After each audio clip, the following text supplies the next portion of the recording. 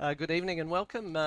We at Suzuka and a little bit rusty with all of this, but up and comers joining us for the first time in season 4 of the year. And in commentary is Sam Chapman joining me. So very pleased to have Sam alongside. We've had, as you can see, qualifying track temperature has jumped up to 30 degrees Celsius. And if we have a look at our grid, Sam, good evening. How are you? Looking forward to this very much. To start with, rolling in on the pots and pans and on the commentary. But yeah, looking forward to this. These two at the front, they're looking quite quick. This is only a few tenths off what you'd see on a reference time on VRS. So these two guys are really pushing it. They're a second and a bit further ahead of Butcher in third. So I guess we better go through the grid, Grant. So starting on pole position is Aidan Schultz, followed by an all Aidan front row of Aidan Schweikert, well known in the up and comers. Then followed by Philip Butcher and Stephen Brooks on the second row. Row 3 will be Jason Timon and Phil King. I know I've missed Stephen Brooks in there as well. Phil King on row 4, along with Adam Tice. Mitch McIntyre, Brett Campbell, followed by Justin Cotter, Adam Johnson, and Phil Howe.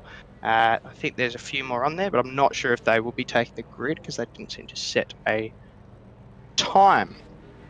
But yeah, looking forward to this tonight. 3 races around Suzuka, which will be excellent, and then followed by the first ever broadcast of the GT1 civil war between the Aston Martin DB9 and the Chevy Corvette, fittingly at the Watkins Glen boot layout in New York State. So, yep, big night ahead, Grant.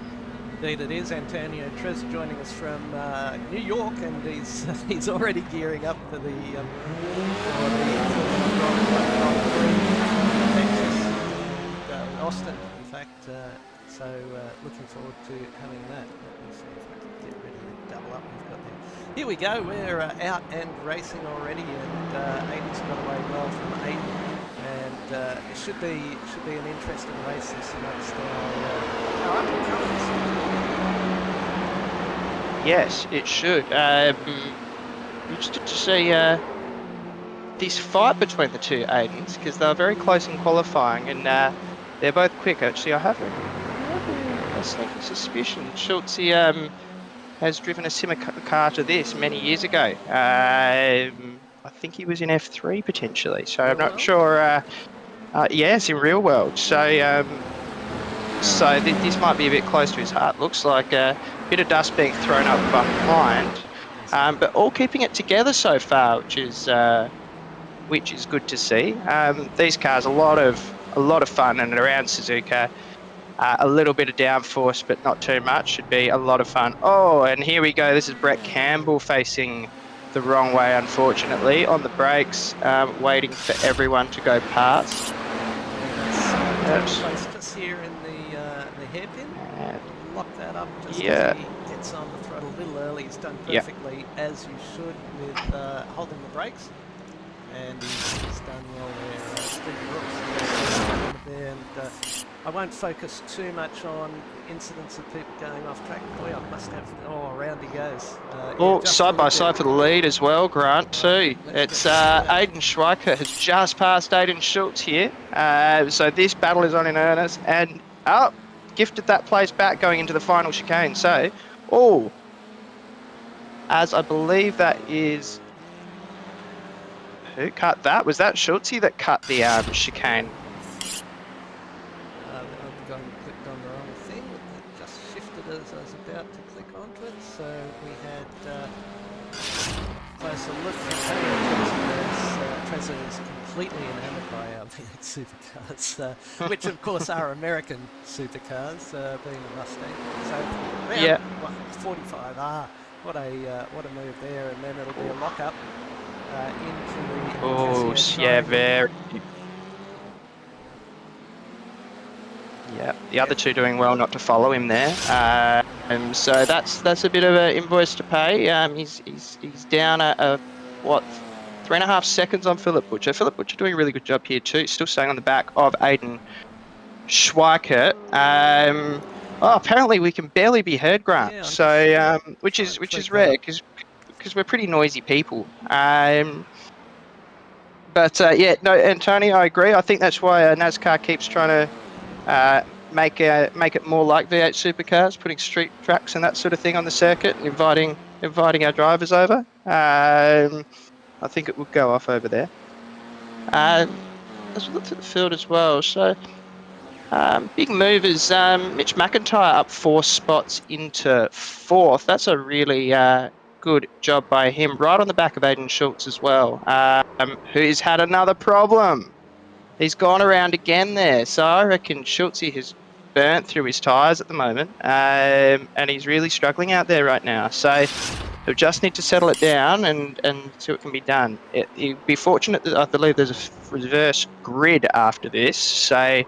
Oh, That was Schultz. He just touched the outside curb, and these cars are pairing to be very, very ground effect based, where you let a little bit of air under the side of the car or the front of the car as you just raise the ride height as you go around and touch those curbs, and it'll just all that suck goes away and you're flying off. So Geordie can hear us fine. Antonio must have a little issue on his end.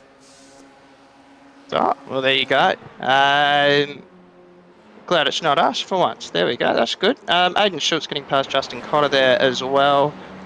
He'll be really trying to make back lost time after those early couple of errors, but you always get an extra 2 shots tonight. So so that's a good part of the up and comers series as well. Aiden Schweikert is out by. Actually, not a huge lead. Philip Butcher's still keeping up to him here. While the initial time for not pole position for Schweikert for second was I think about 1.2 seconds up on Butcher. Butcher seems to be doing a really good job in keeping up here. We'll see how the tyres wear down or heat up throughout the race as well. This race not being too long, but if you keep pirouetting like Schultz, the tyres will go in no time.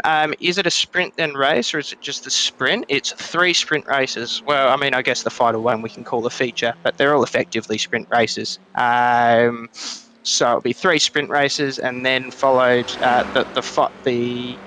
the second series tonight is the GT1 Civil War, and that will be a 25 minute just single race later on tonight. So just to elucidate a little bit further on that, first race is 10 minutes, second race is 15 minutes with a full reverse grid, which is top 15 or so, 11. And then the final race is 25 minutes, so good amount of time for these guys to get in and practice their racecraft, which is what it's all about. We'll have a quick flick at. Now, sadly, Ticey is dropping down the order as well. I'm not sure what's happened to him here, but Adam Ticey's actually in a good vein of form recently. Quality 3rd in the V's the other night. I know, that was outrageous. Oh, he must have had a massive slowdown there. Yeah, you can get close enough to me to take me out in the V's the other night either, Grant. So that was nice. But oh, steady on. You do it once. You do it once, and you're labelled for life. That was it's broadcast. In fact, that was it was netcode, because it dragged me across in front of you. It looked to the naked eye like I came across and hit you, but there was a little bump that just pulled the car across while I had my steering wheel going right. But that's not this race. This is another race entirely. Yeah, no, to be fair, I think just about everything that happens to me has a netcode aspect.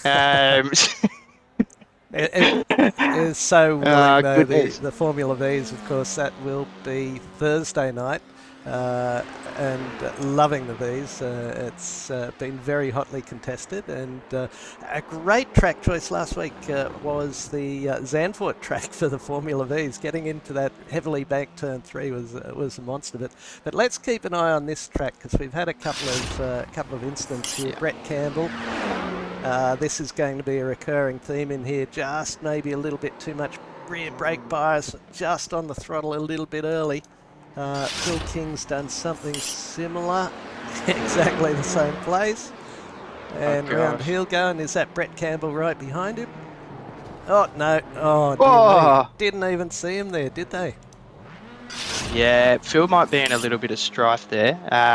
There probably should have been a little bit more caution thrown. There would have been yellow flags going. So I'll be interested to see what race control has to say. I haven't had a look. Have we got someone in race control tonight? Normally it's Have a bit. series sponsor Trent It Lavis, is. but not Which sure. is actually a good segue, Grant. That for the first time in a while since Ambo, the Wunderia Hotel, was sponsoring it, we've got a sponsor for the up and comers to help us have the broadcast. So Lobezy Racing, Trent Lavis, thank you for sponsoring this, so we could get on here and watch these guys. It's a great thing for the club, and I know Grant and I have both enjoyed the series previously. Yeah, so what is it? Oh, what's it? Antonio wants information. So, is there a mandatory pit during the sprint, or can you go full time without this? I don't believe there'll be a pit for a 15-minute race. No, but for the 25er, we've just had Yep.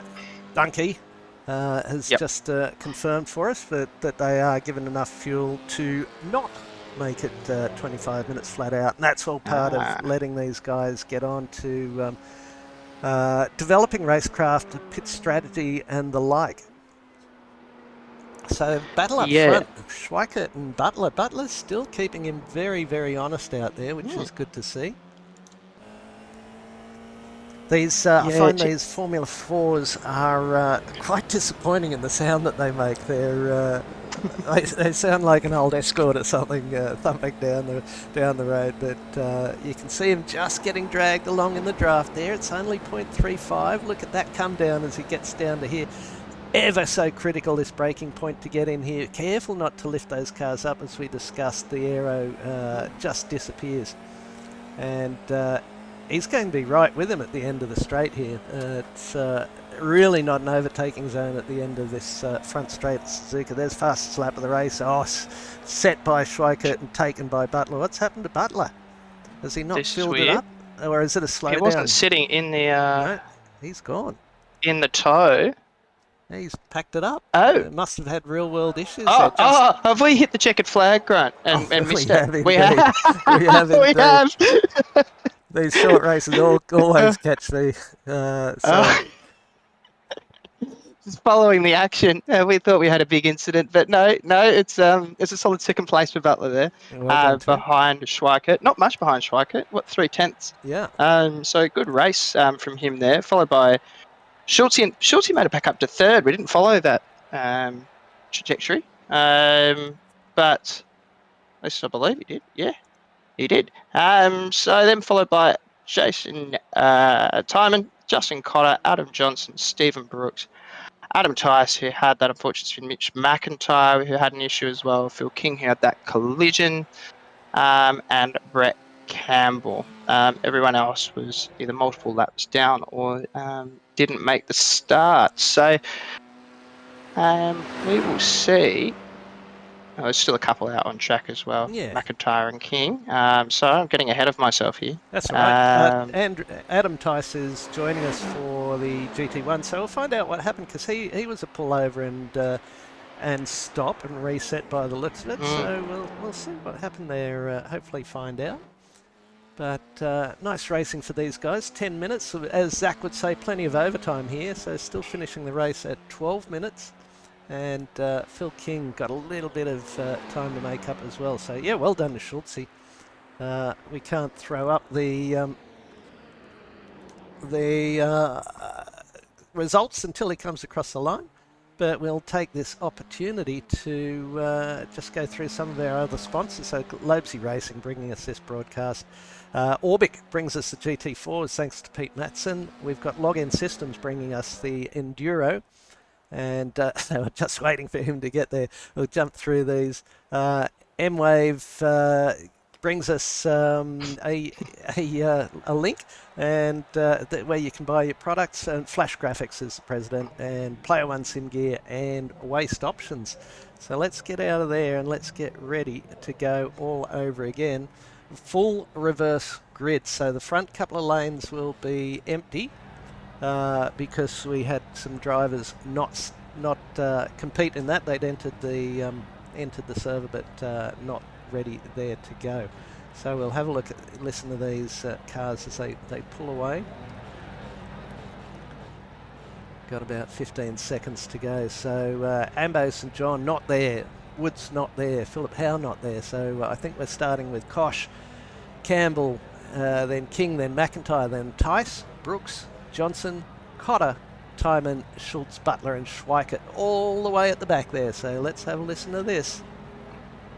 Yeah, let's see. Oh, he's jumped the old classic. We've got one well ahead, so that'll be a big old penalty, unfortunately, for Campbell there. The reason that got a bit too excited for being at the front of the grid, I guess. Yeah, the reason that happens is you see the red lights come on and you think, right, I'm off. And then you realise you go when they turn off. So that's really disappointing for him. I'm sure he'll be giving himself a solid uppercut there, but we'll see how he goes during the course of the race. Yeah, you forget everything, you know, when you get unexpectedly put on the front row. So, yeah, unfortunate for him, but he'll go through the pits and come back out again. Being this full reverse grid, I'm sure there'll be. Wow, I fingers crossed you. I'm wrong, but I wouldn't be surprised if there's a little bit going on. There we throughout go. The field. There we go. And that is Schultz and Brooks, I believe. Yep. So, gee, that was Woods is out because I'm doing race control. Okay, so Woods is in the race control booth. I couldn't see him down in the Discord, but he must be in the room with the rest of them. So Schultz, Woodsy will be having a look at what happened there. Yep. You can see this was coming for some time. It's Brooks in the HSBC vehicle, side by side they go. Coming into the back here, it's going to end in tears. Tough place. Yeah, Degner one, just hit the inside curb, and that was enough to bring him undone. Let's jump on board. That's probably where Aiden should have just... He has the pace. Just need to be a little bit patient there, because that's was always a 50-50 one, even if he did nothing wrong, unfortunately. Yeah, it was close, but once these cars hit, it's a big issue for him. So back at the front, so we've got Brett Campbell leading out the race from McIntyre in second. Adam Johnson there as well with Phil King. Schweikert up 10 spots already to 5th place, taking advantage of... into one. Sorry, mate. Ooh. Oh, no. Someone off in the background. Who was that? Adam Johnson, I think, had a moment. He's gone. It's unfortunate for Johnson. He was up 7 spots. He was looking really, really good. Gee, these two are really battling out front here. Cutting back and forth. Here we go. Let's have a look what happened to Adam Johnson here. He'll just be caught out. No, it's too... Oh, yeah, it's just a little snap of oversteer, and he tried to correct it, and away it went on him.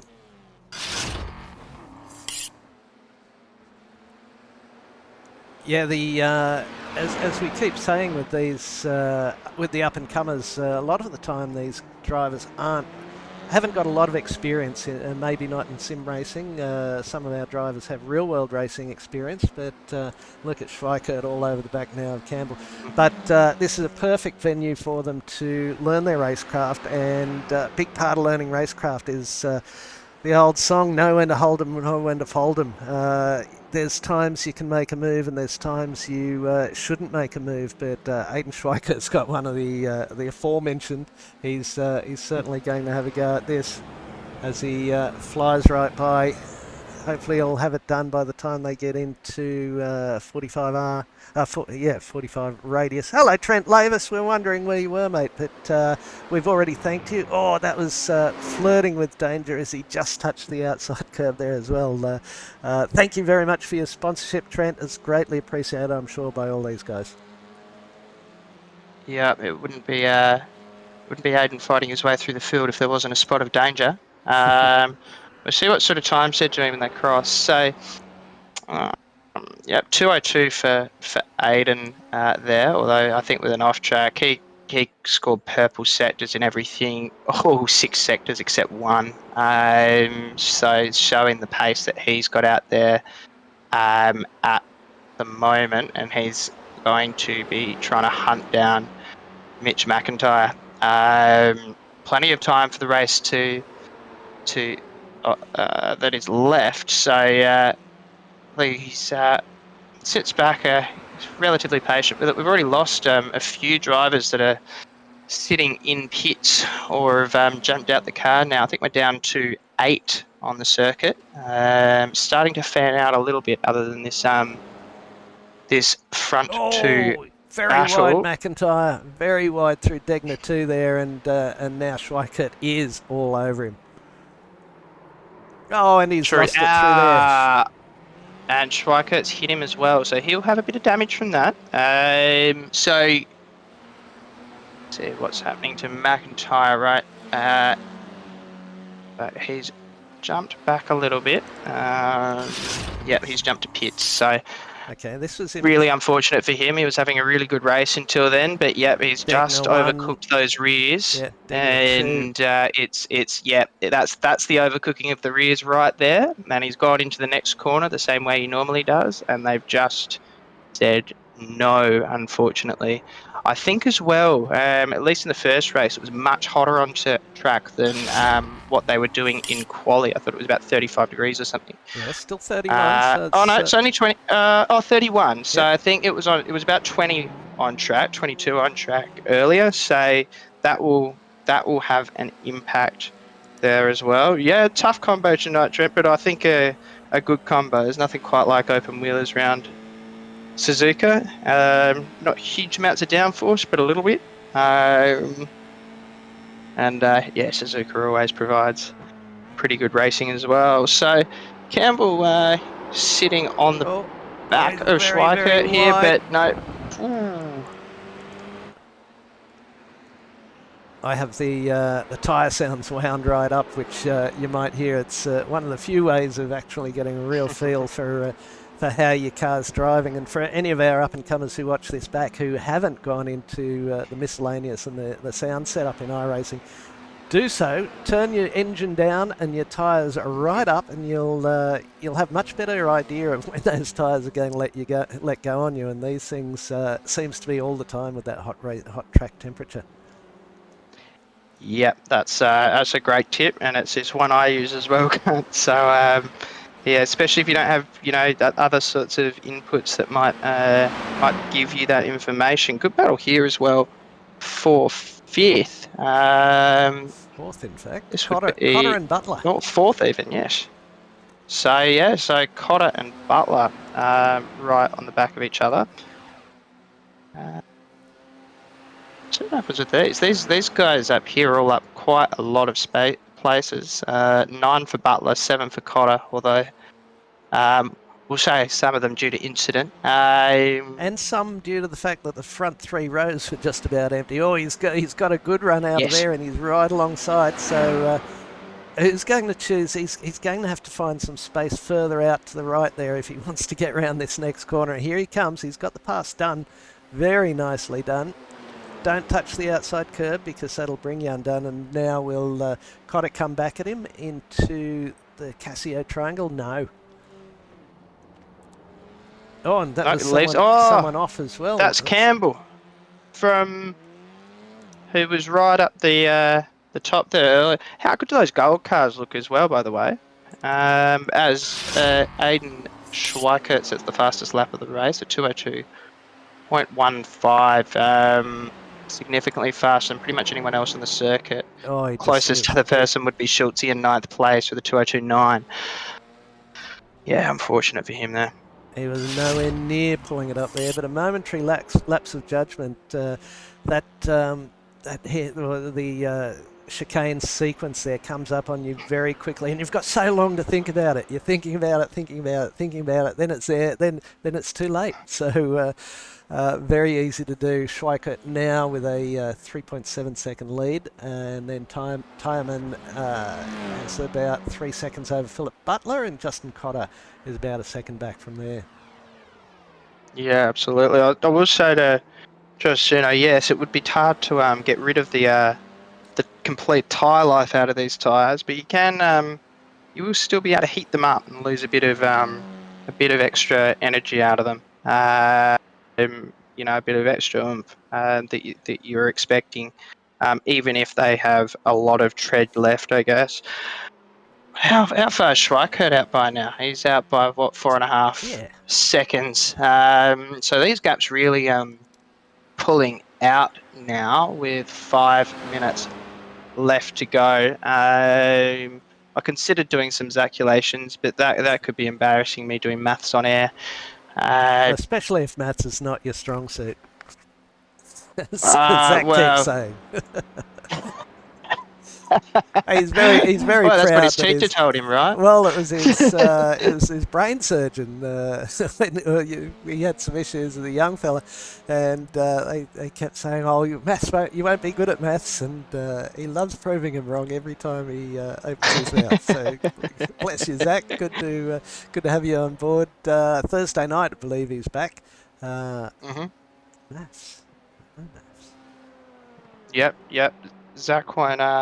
Oh, maths. I got it. Thank you. Yeah, so we won't have any sports updates tonight. There'll be no mention of anything that happens in Queensland, and we'll all have a lovely night. No mention of ice hockey in Siberia, or anything else like that. We can only concentrate on one thing at once in this commentary booth. So you can put your bingo cards and your texters away for tonight, and have them standing by for Thursday night. Because I'm sure he'll wind up on that little election thing we had the other day. I'm sure he'll be ready with some material there. Schweikert now 5.3 seconds in front. Then it's 2.5. That's to Tyreman. 2.5 back to Butler, who we're looking at now, and 3.3 back to Justin Cotter. Stevie Brooks in 5th place. Yeah. So Schultze trying to make his way back up through the field, but from a long way back as well. Difficult night for him. Lots of pace, but just hasn't been able to keep it on the track for one reason or another. Schweikert out to go. Final race, the final sprint, that's generally in our 3 ways. Here we go. Finish order from this race. Thanks, Ben Woods. I was going to say it's progressive. The grid will be as they finish in this race. And as we mentioned before, 25 minutes. So it's a good long time, pit stop included. So we'll see who's practiced their pit stops and who has not. Indeed. So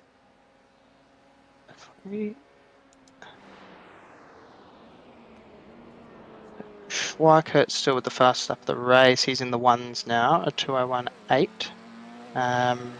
Everyone else, so those behind him in the 3s. So a couple of seconds faster a lap there. Probably, how long the laps around here? 2 minutes. So they will have a couple of laps left. I'll lap it a bit. Nicely done. Yeah, very convincing. Yeah. Very convincing. Yeah, no, that wasn't it? That sounded professional, right? Oi, as he goes round. There we go. Commentator's curse, and the 2-time series champ has brought him undone. I've still got it. That's good. That's good. That's some good commentators cursing. Really trying to get it interesting, Grant. Video is so far ahead that it hasn't mattered. It's a bit Verstappen-esque if when he decided to have that little spin while leading the race, and they went, oh, okay, and then kept going. But still out by 4.6 second lead. His tyres will be a bit toasty, so he'll have to take it a little bit easy here. Yeah. Until until it's ready, but he's still got a pretty decent advantage to second place. And yes, with the progressive grid, he sits in a pretty good position. As you could say, 2-time Social Series champion. So what was the precursor and the post to the up and comers, a different name. The Social Series, isn't it? Yes. Yeah, the Social Series. So yes, well known in this caper. Had a few seasons off, but yes, back out there and looking fairly dominant at this point, even And of with course, an error or two. Yes, if for those that don't know, Aiden's all of about 12 or he might be 13 now, so he's quite the karting little whiz and loves to practice his craft in here. So there are some who might be suggesting at the end of this season, because we didn't have a look at the points table, and we can probably do that in between races 2 and 3.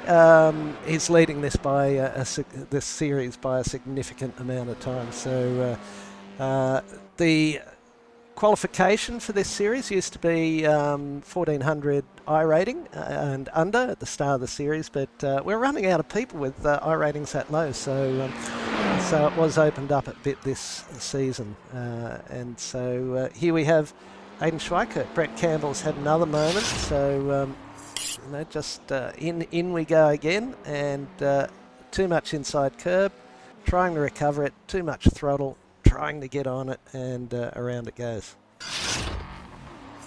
Coming up, Aiden will be finishing this time round, so a little bit of overtime at 16 minutes as he just goes through the spoon and heads on down the back. Yep, and he's managed to pull out that gap again, despite that incident. So, yeah, solid performance from Aiden there. But as well, worth mentioning, so Jason Timon there in second place. Not a name I know. So, so he's up 10 positions, and Butler there, who's looked pretty good tonight, up 11 spots as well. So really good from that podium there, and then followed by Cotter and Brooks. So Cotter and Butler still battling this out. Only 4/10 in it. So we'll see if they can do anything through the final chicane or anything like that. Or is it over? It's yep, over. It's over again. It's over. So Campbell just coming across the line in 6th place, and Tristan Koch will be the next to come through.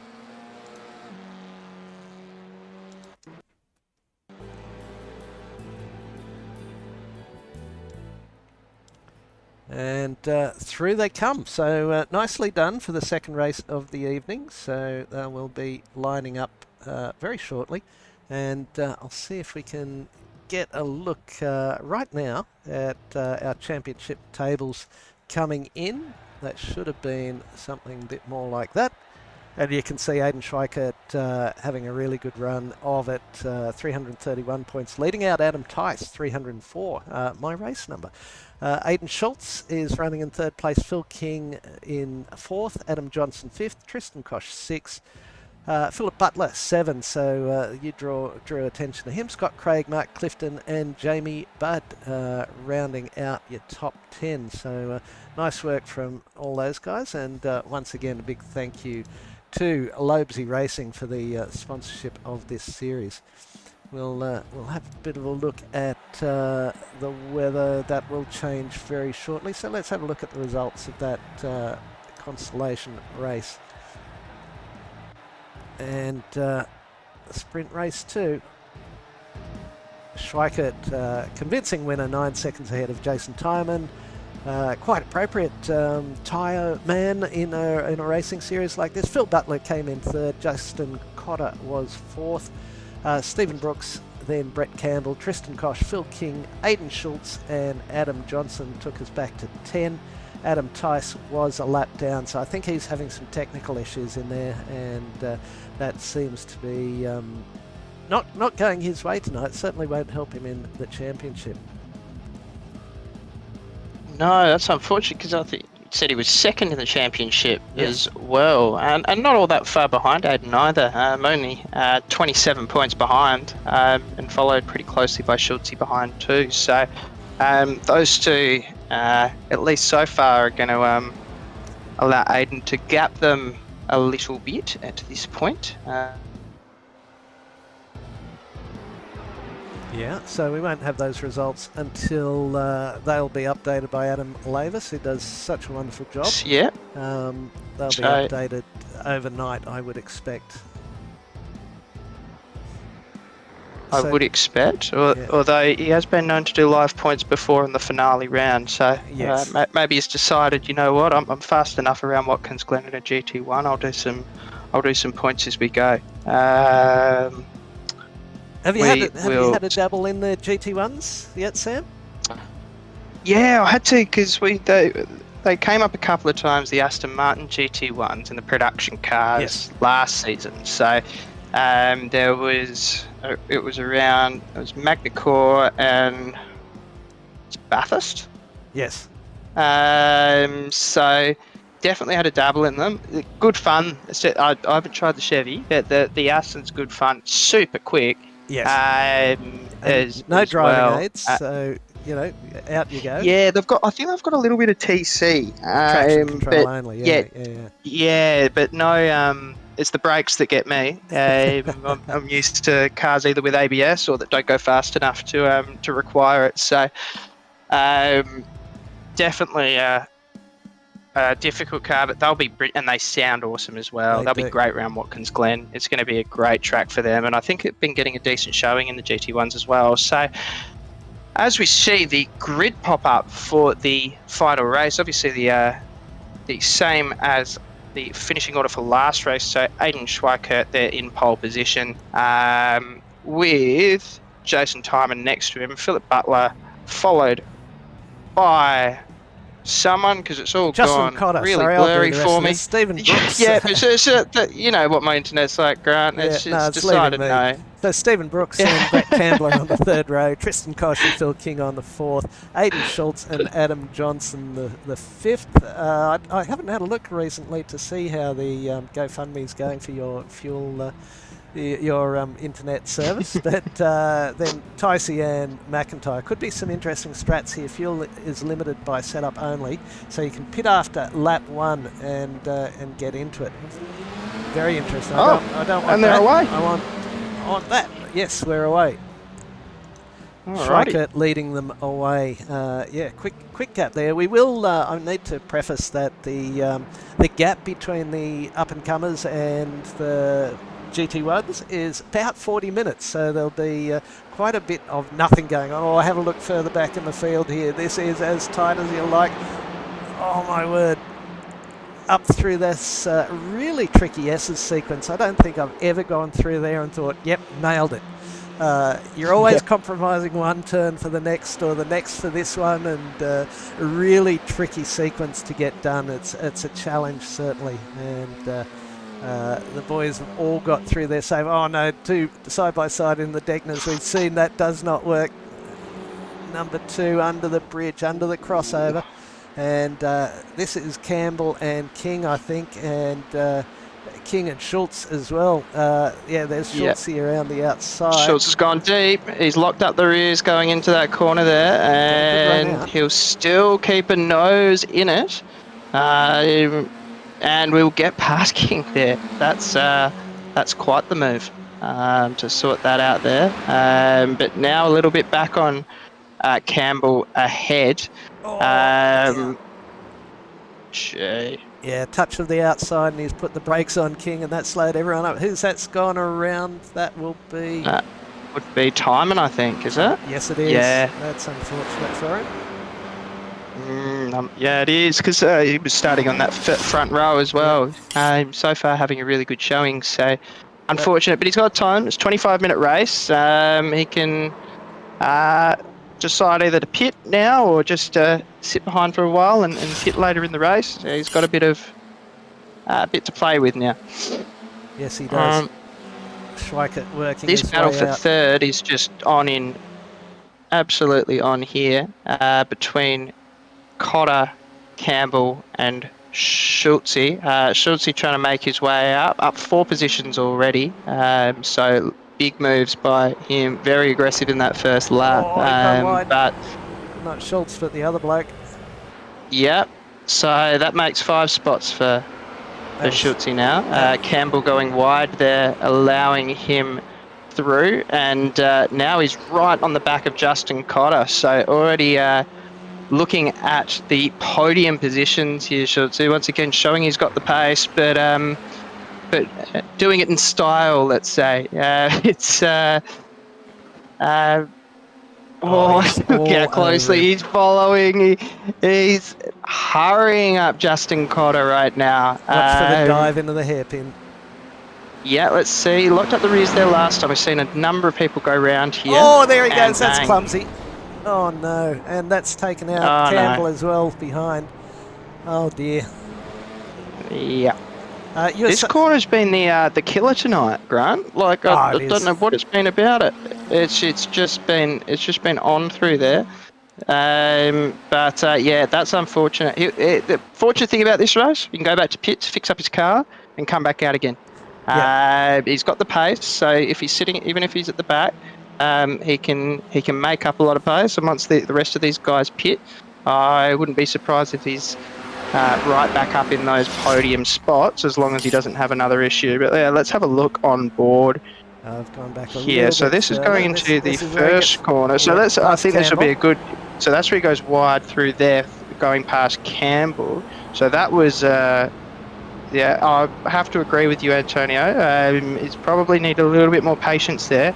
It's not been the first time tonight he's caught himself in mischief.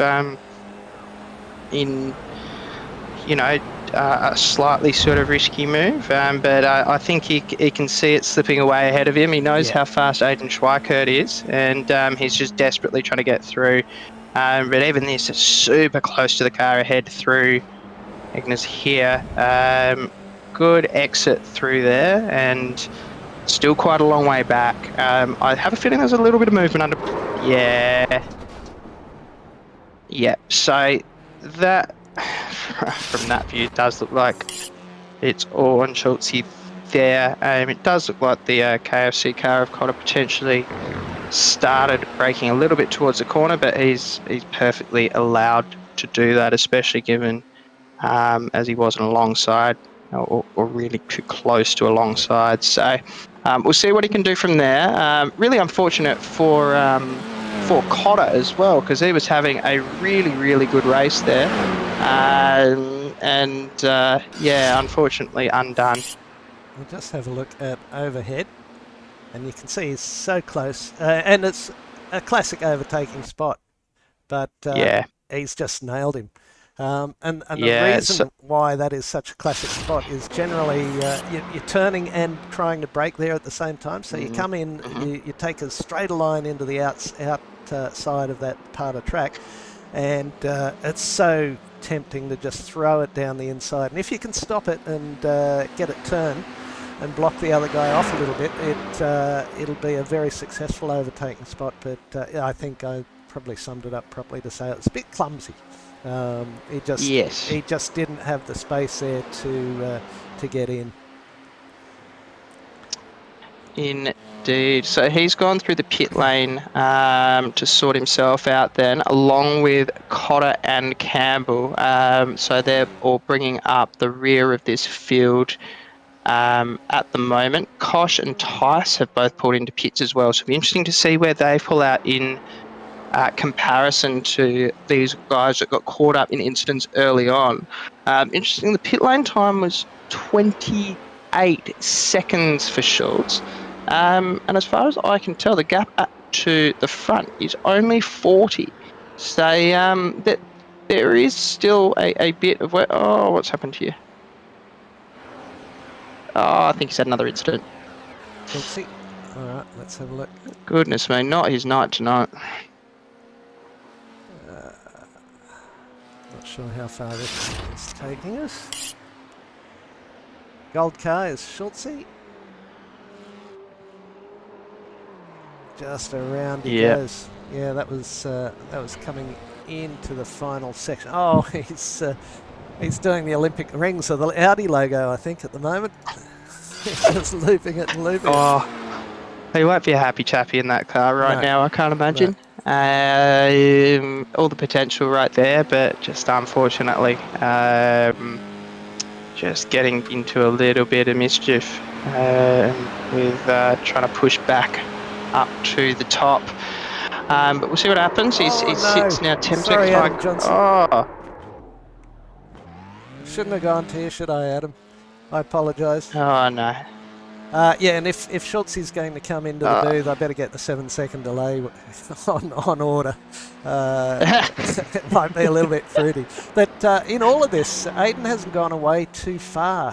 He's just 2 seconds away from Philip Butler, who's doing a fantastic job in second place. Aiden might be doing a little bit of fuel saving and just trying to maximise or minimise his time stopped when he does come into the pits. But Butler doing a good job. He's about 3/4 of a second behind Aiden last time round. With the 2:02.42, Aiden with the 2:01.75. Yeah, this is good from Butler. I think we saw this from him in the first race as well. Yes. Was able to hold on for quite a bit of it. Yeah, it'll just be the question for whether these guys can keep this pace up. That is the difference in the up and comers for the guys that really, are at the top and stick around the top, and those that don't is that they do keep it on the track. Yeah. And find themselves in this issue. So Got away pretty light, I would have thought. I would say it's relatively light. I mean, this is up and comers, so it is generally a little bit.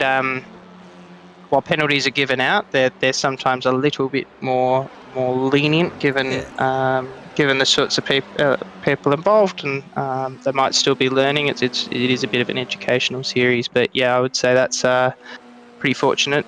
Did also potentially seem like Cotter braked up relatively early for that corner, but that's also absolutely his right going in there too. Absolutely. I often look at racing penalties though, and even in Formula One, someone will absolutely brain another car, take him out of the race completely, and then they get a 5-second penalty, and you go, well, you've just cost me a couple of $1 million, and you've given him 5 seconds. What are you talking about? That it is what it is. I'd love to see, and I've always said, even within the Gentlemen's Sim Racing Club, I'd love to see the drive-throughs being enforced a little bit more strictly, because if you've cost me 45 seconds out on track, then I'd love to see you get 45 seconds in response.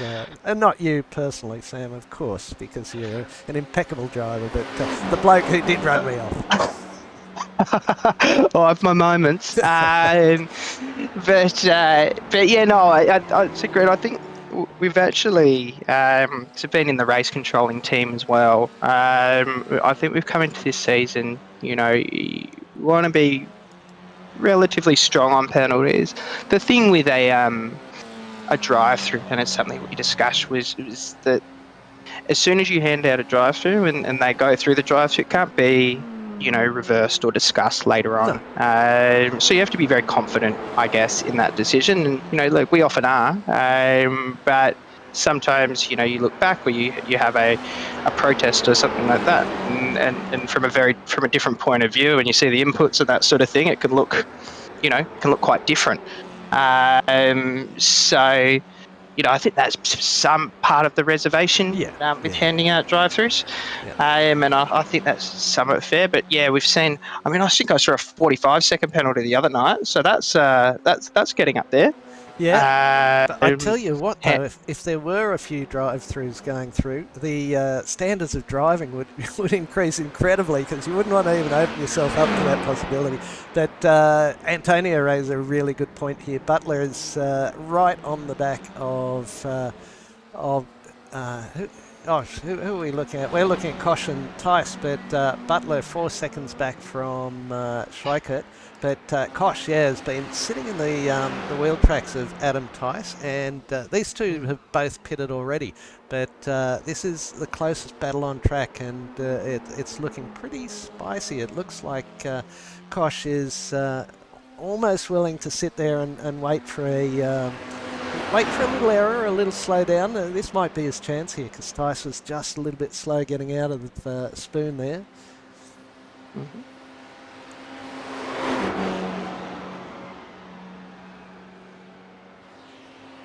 Oh, Ticey. That was a big swing across the track.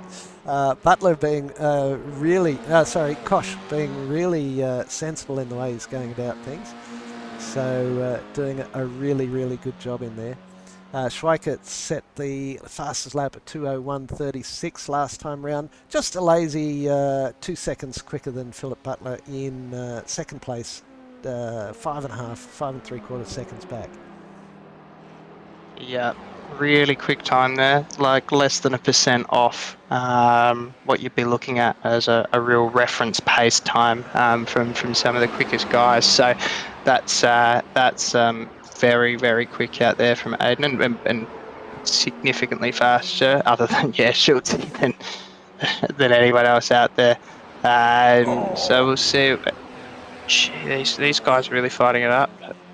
Pitty's how long? From fifth to back is about 25 seconds, give or take. So the pit lane time for the guys so far.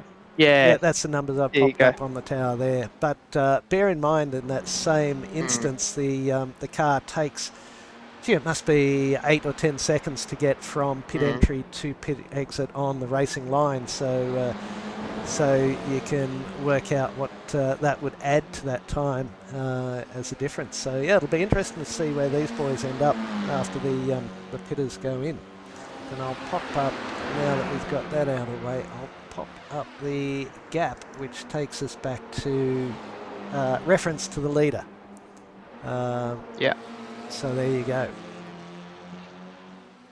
Yeah, so if we look, so Ticey's only 11 back from Johnson, who hasn't pitted. So these guys two will jump Johnson once he pits at this point. Phil King 25 seconds ahead, so that's going to be a borderline one. But then it's 36 and 42 ahead. So I wouldn't imagine Johnson in the pits now. So that will give us a bit of an indication. He was 10 seconds up on Tuss, so we'll see how much time, I guess, I'd imagine behind he ends up after. This top four haven't pitted. It's, well, now top three, because Johnson has just pulled into pit lane and been jumped by Tyson Kosh as these two battle it out. If Kosh is patient, these guys are, what are these guys doing as lap times? 2:03s, which is about the same as Butler up front and a little bit quicker than King. It's always coming in very, very closely. It does look like he's getting a bit toey, but if they can sit together and continually knock out quick lap times, then that will be a much quicker way of catching up to the guys in front than battling one another and slowing each other down. So you would have to advise Kosh to just sit there while Tice is doing a reasonable job of setting those lap times, and let the two of them flow on and try and pull up to the others in best possible way. Yeah, absolutely. Oh, and there goes. Well, so it looks like 20 seconds is about that pit time loss, because Johnson is now about 10 seconds back from these guys, and he was about 10 seconds ahead. So King at 26 seconds ahead from these fighting two should come out ahead at the end of a pit stop. But if they stop fighting and start pushing, they might have a chance to catch him still. He's wide. Just under 9 minutes left of the race, but they're side by side. Yep, Kosh has got the board. He's not having it anymore. He wants to get past Ticey here and start pushing ahead. It'll be interesting to see what his pace is now that he has got some clear air as well, because he was looking fairly racy there as well. Aiden Schweikert as well, just out 7 seconds ahead and setting purple sectors all over the place. Oh! That's Kosh. And that's Kosh going around there. He's pushed it that little bit too hard, I think. And Adam Chai says, excellent, thank you for coming. I'll go ahead here and try and get a bit of space. Yeah, so Now that's Adam Kosh is Johnson. under pressure from Johnson behind. So we'll see what happens. Johnson, does he come in with patience, or is he are you going to make a move? I mean, you can't really do much through the S's. A very difficult section of track, which, yeah, as you said earlier, Grant, it's you're giving up one corner for the next, just each corner, giving up time in one to give it to That's the one you the want to get other. right. You want to get that one Yep. right, because then you've got this big long run down to Degna 1. Again, a long time to think about how you approach this. That's a little bit wide from Kosh, but better safe than sorry. I wouldn't be surprised if we see a little bit of a lunge down the inside again. Oh, not this corner. Oh. No. Oh, yep, nope, holds back. Yeah, Kosh defended. Good. He'll be quick out. He has, and he's done this. Oh, he's gone for the switchback here, Johnson. He couldn't quite get the pace here, but that was close. A good move and smart Johnson, and he's going to have the slipstream through here. He's going to be on the outside for this next corner, but he's got a lot of pace. He might be past him by then. Oh, yeah, he is. Snap. Oh, and the rear goes. Oh, and the rear goes. That's unfortunate for Adam there. He was looking so good, and that was a brilliant move until you just see with these cars. Oh, Look at the rear end on it. Look at the rear end on it. Like, they're just so twitchy, and you see they're like those the skip barbers where you see them go around a corner and they look like they're drifting, like a good chunk of the time. They are. They are. Yeah, well, they are. Yeah, exactly right. So it's easy just to let that drift go a little bit far and go, oh, actually, this is no longer the fastest way to race. This is a 90-degree angle. They're very like the Radicals, which we're also running on a Wednesday night. Is it Wednesday night for the Radicals? Thursday. Yes, it is. Yes. Wednesday night is the Radicals. I'm not sure where they are this week. I have to have a look. And then followed by the GT4 on Wednesday nights. Aidan once famously said, I really like the Radicals. They've got lots and lots of ground of downforce right up until the moment that they don't. And again, it's the sort of thing, the minute you lose your aero grip, the mechanical grip is not particularly high. So Downforce Legends, what date is it? It is the 18th, so I've just got this in front of me here. We have a gaze. So what have we got? We've got, so they're at Virginia this week, so that will be a test for everyone. I used to hate Virginia, but I've got a soft spot for it now. Circuit Gilles Villeneuve. Difficult track. As Schweikert comes into pits. I'm in November still, so we're October. October 18th. So, so you're right. So VIR, and then followed by the Formula 4, the GT4s at Imola. So that's going to be another cracking night of entertainment. It will. I need to whip the Porsche around a lap or two, because I haven't done a lap around Imola in quite a long time, and so far this GT4 season has left a few things to be desired. So where are we? So Schweikert finalised his pit sequence. Yes. Then King is in. So Butler is up to second place, 8 seconds behind Schweikert. But not looking unless Schweikert does another one, another couple of spins, which, to be honest, looking at the way that rear is reacting to each of his inputs, isn't that far from a possibility. But no, Butler doing a really good job there, just trying to touch wood, keep it clean, and do those laps, and doing fairly good pace. So good on him. Phil King there in third too. Great race from him, and Ticey's still in fourth place, despite a few bothers early on. So as well. So Schultze up to 5th. He's 4 seconds behind Tyre. So let's see what happens to that gap as we've got a few minutes left of this race to play out, a few laps. But he will be looking to close that right in and see if he can get past Tycey here. It's just set the fastest second sector of the race. And did a 2:01.44 as well. Yeah, I apologise for our graphics. It's just having a little bit of a moment and not updating or reloading. So I apologise for that. We are what we have got what we have got. So we'll just keep you appraised. It's Aiden Schweikert with 8 3/4. Although maybe even that's not updating at the moment.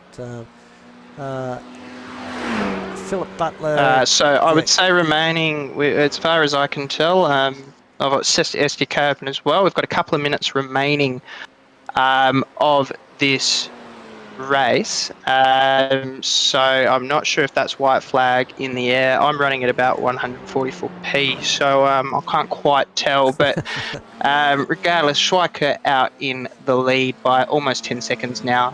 But Butler there in second, who has gapped King behind by a huge margin as well. Well over 10 seconds, getting close to 17 seconds. So big from Butler there. And Schultze is chasing down Adam Tice. Gee, it does. He's on the ragged edge. Who's the leader? Who's the leader? Is this guy? It's Aiden Schweikert, the one that, despite being out by 10 seconds in the lead, doesn't have any interest in slowing down. He's seen Denchi doing purples on the final lap and figured, well, why can't I do that as well? If it's good enough for Max, it's good enough for me. Exactly. That's the spirit. I reckon the big one that's going to come down is as I was saying before, Adam Tice and Aiden Schultz. That gap's down to 1.7 seconds now, and he just. Yeah, as that rear just complaining, that rear just doesn't want to do what he's telling it to do, but it's still going at this point. Hasn't looped it as of this race, touch wood, and still out in the lead there. As well, Jason Timon back in the pit, so he must have had an issue as well. Unfortunate for him there. Here we go. Schweikert across the line. I'm imagining this is the end. I don't think so, because we've got 10 seconds left to play on the timer. So I reckon we're hitting overtime, Grant. Almost 2 minutes of overtime. How good's that? So we'll have to send an email to the committee on extra 50%. But that's all right. So what that does do is if you want to go back to fourth place, I don't know if you're able to switch it around. That allows this gap to keep in play between Schultze and Adam Tice. Adam Tice trying to chase him down. He's Adam trying to break that toe there. So let's say Adam's racing quite well tonight. Oh, he's all over the shop. Oh, jeez. Eyes forward, Adam. The pace of Schultz behind is unbelievable, so it will be tough to hold him off for this entire lap. But can he frustrate him into a mistake potentially, or block where it is? There we go. Oh, there it is. There it is. Unfortunately for Schultz, we've seen it all night. It's just those little errors that have cost him these positions. So, right up to Tycey, he blocked there nicely, very legally, very good and fair racer. Probably one of the fairest racers I've ever raced against, Tycey. So that's good on him. Now 2.5 seconds out ahead of Schultz behind. Now Schultz was 2.5 seconds fast. Last lap, or 2 seconds fast last lap, but there is not a full lap remaining, so I'd be surprised if he's able to catch that up. As we see, Aiden Schweikert taking a dominant win. I would say probably the favourite coming into this race, starting on pole. as well. We've got Butcher in second. Butler. Really good job. Butler. I love you, Butler, not Yes. Butcher. Yeah, No. okay, but yeah, all right. Then A butcher, a baker, a candlestick maker. That's it. We also have royalty in third, Phil King. So a podium for him. So that's an excellent race from him there. And then we've got Ticey followed by Schultz. Schultz still trying to bring that gap back down to 1.8 seconds, but he is not going to have the time now unless Ticey throws it off the road. So it's done. It's done. So larger gaps back from there. Kosh still 16 seconds back from Schultz there, and Cotter another 19 back from him. And Johnson behind there. Timon unfortunately a lap down. Multiple pit entries, I think there. Pit lane time 3.5 minutes. So definitely some difficulty for him. And you oh, jeez, John, look at the rear on these. They're just, I just want to kill them. Very flighty. Either too much downshift or too much juice on the way out. But you're mentioning off air that Aidan Schultz has got some real world open wheel experience, so that would probably lend some strength to his absolute pace there, but just got caught out a couple of times with some errors, and that's what this series is about. It's about learning your limits, as old Clint Eastwood used to say. Man's got to know his limitations. So bet you didn't think you were going to get that on the bingo card tonight. But it's great racing from all the guys. Have a look at the results we'll firstly look at Heat 1. No, we won't, because the graphics are not working. You saw what happened. It was all good fun. We got a couple of guys jumped into the green room already.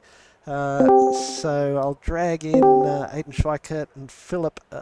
It's coming up on Discord as Booter, not Butler, but we had you as a butcher there for a minute, Philip. Yep. But how was your night? How was your night this evening out there in up and comers land?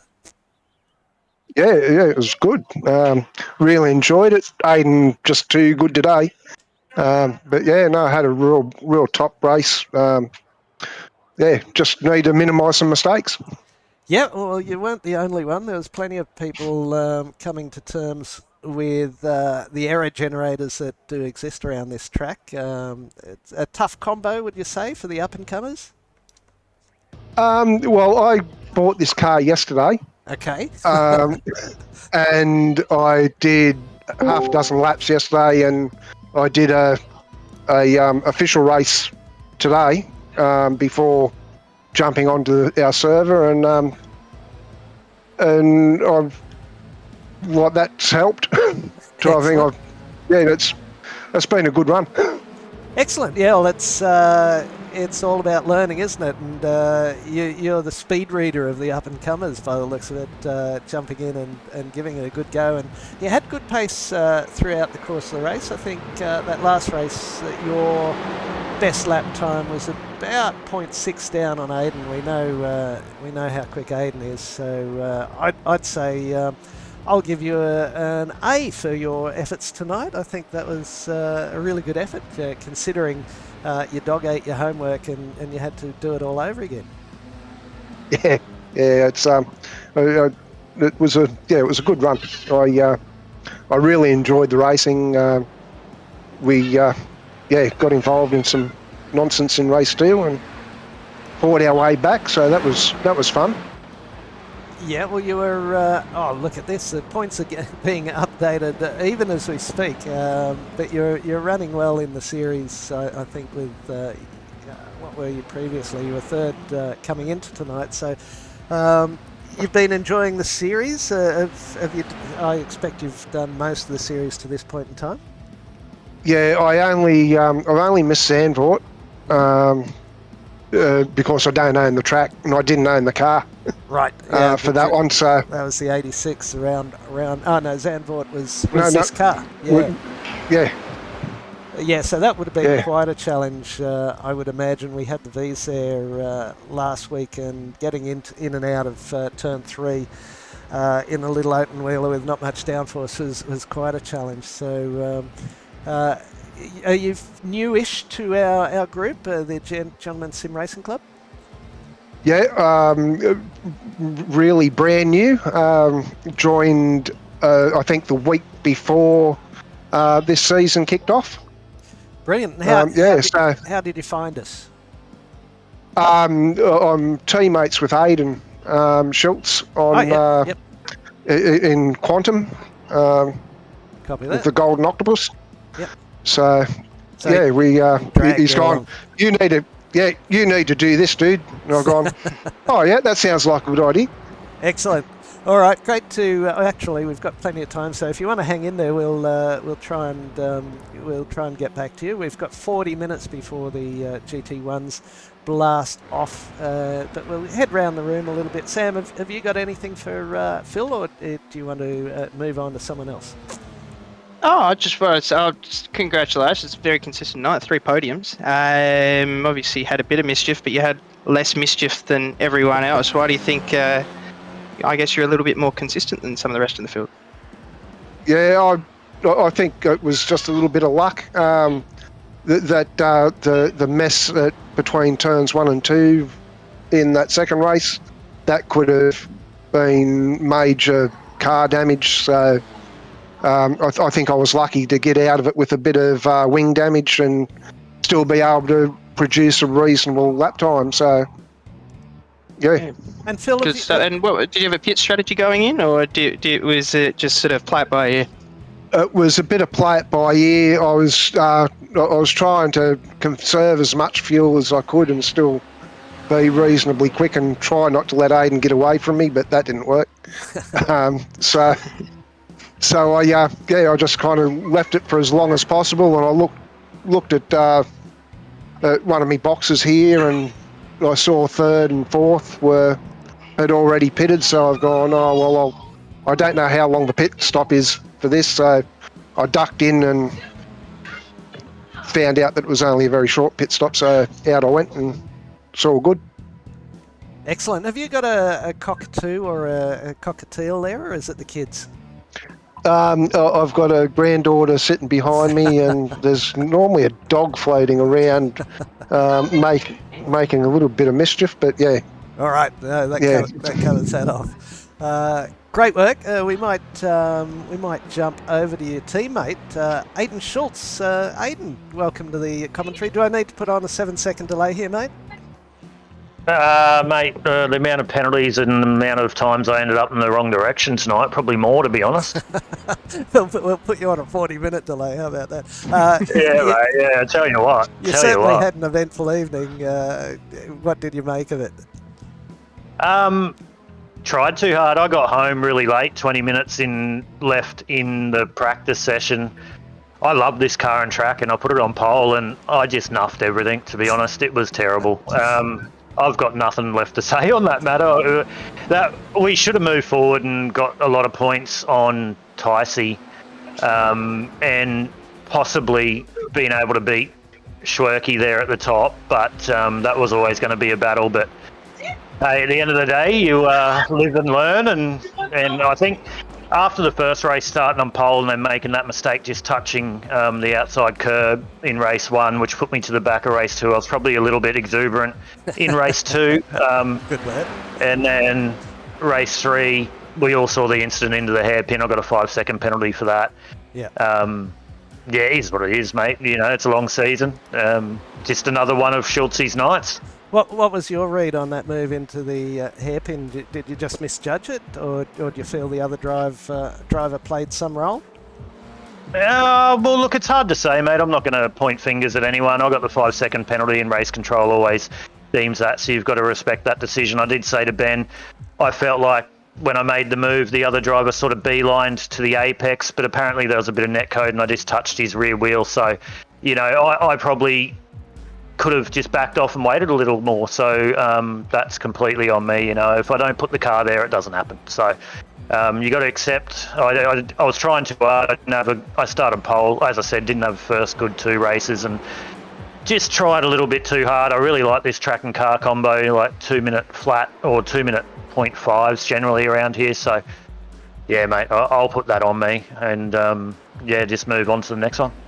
Excellent. And the next one, as you do mention it, we will be heading to. No, is that where we're heading? That's not where we're heading, is it? That's the GT1. We're heading to Willow Springs in the 86, I believe. I'd set all this up. Is that a track car combo that we like, Aiden? Well, I'll be a bit like Phil Butler. I own the car, but I don't own the track, so I'll let you know next Tuesday night, mate. I got no idea. I'm working long hours at the moment, doing 12-hour days, so probably a little bit of a limited practice, so it's either going to be checkers or wreckers, I reckon, but we'll see how we go. Of course, Schwerke's going to be really quick there at the front. Looks like he's got a really good run on us in the championship at the moment, but as we've seen, it can go anyway. The guys are really good in here. We're all in the Discord together, and Ben and I have set up the series for the Gentleman Sim Racing Club. So it's all about participation. Of course, we get cranky in there when we make a mistake and everything, but we also have a laugh, and you know, it's not the end of the world when something happens. So yeah, we'll see what happens, mate. I don't know. I'll probably do a couple of laps later on over the weekend or something around Willow Springs, but very uneducated opinion to see how we'd go around there. Yeah, I just have one question. Given, you know, the core of this series is about sort of like learning and finding your pace and racing, I guess, around people. What, I guess, in a night where you had a lot of pace, but would just sort of come undone through mistakes and incidents, what's, I guess, your take home from that you learned that you want to take into the next race going forward?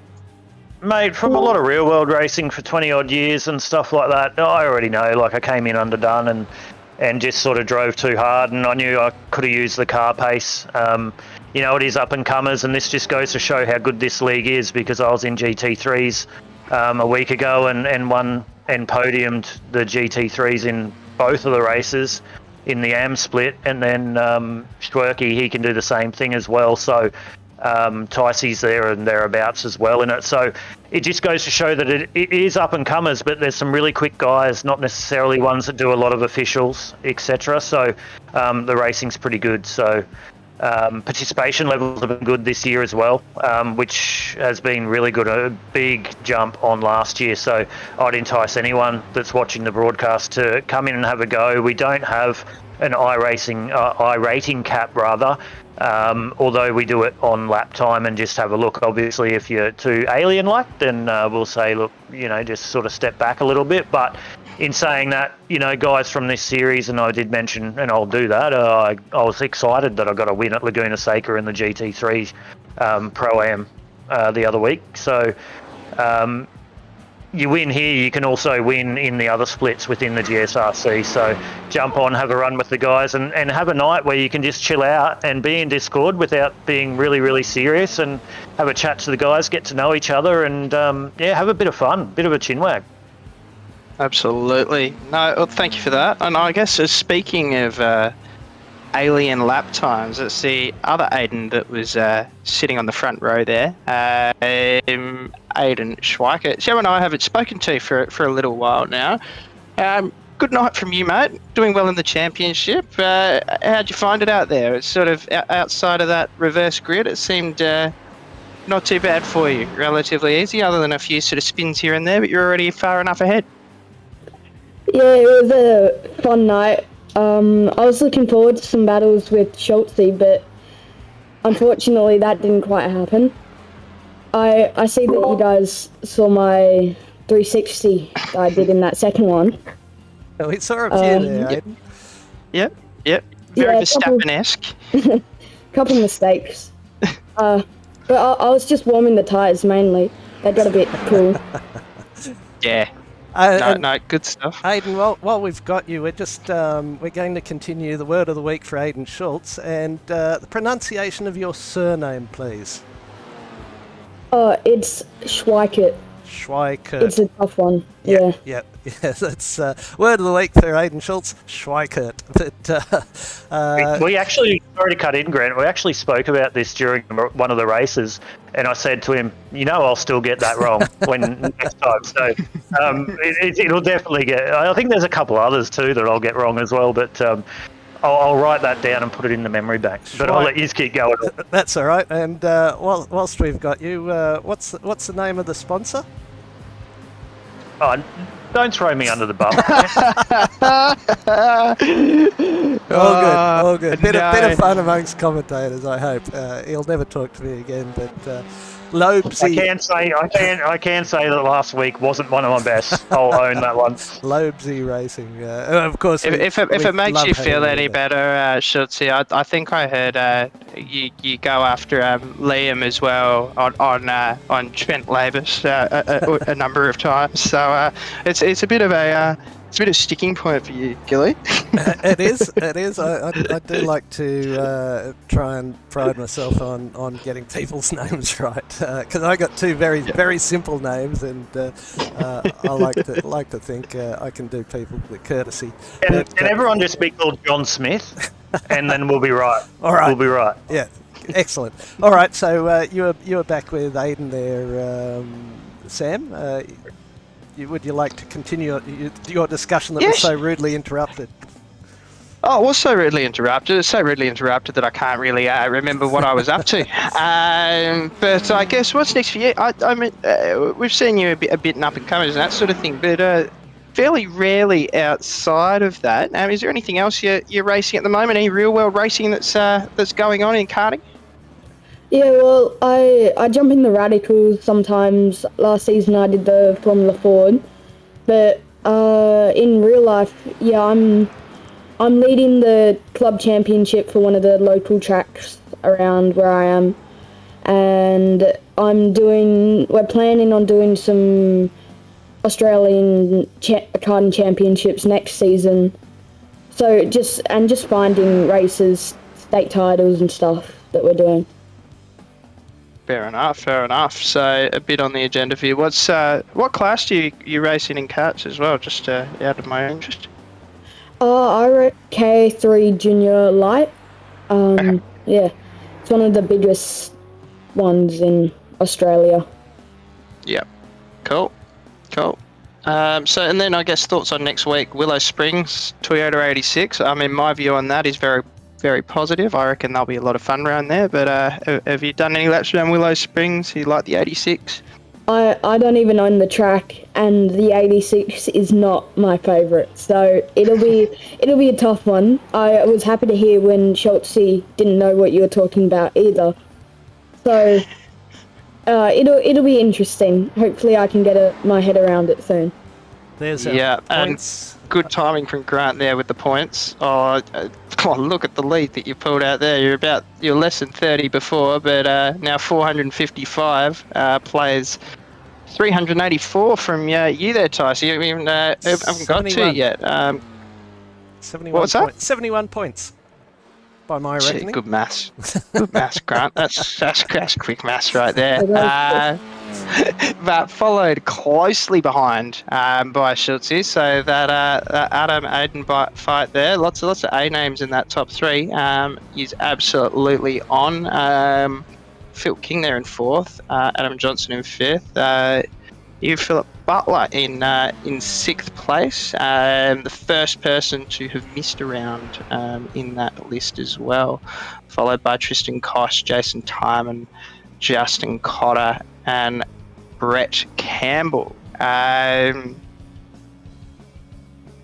So, yeah, good result. So I think that's a good segue. Tyce, you look pretty good out there tonight. A few good battles. How'd you find it?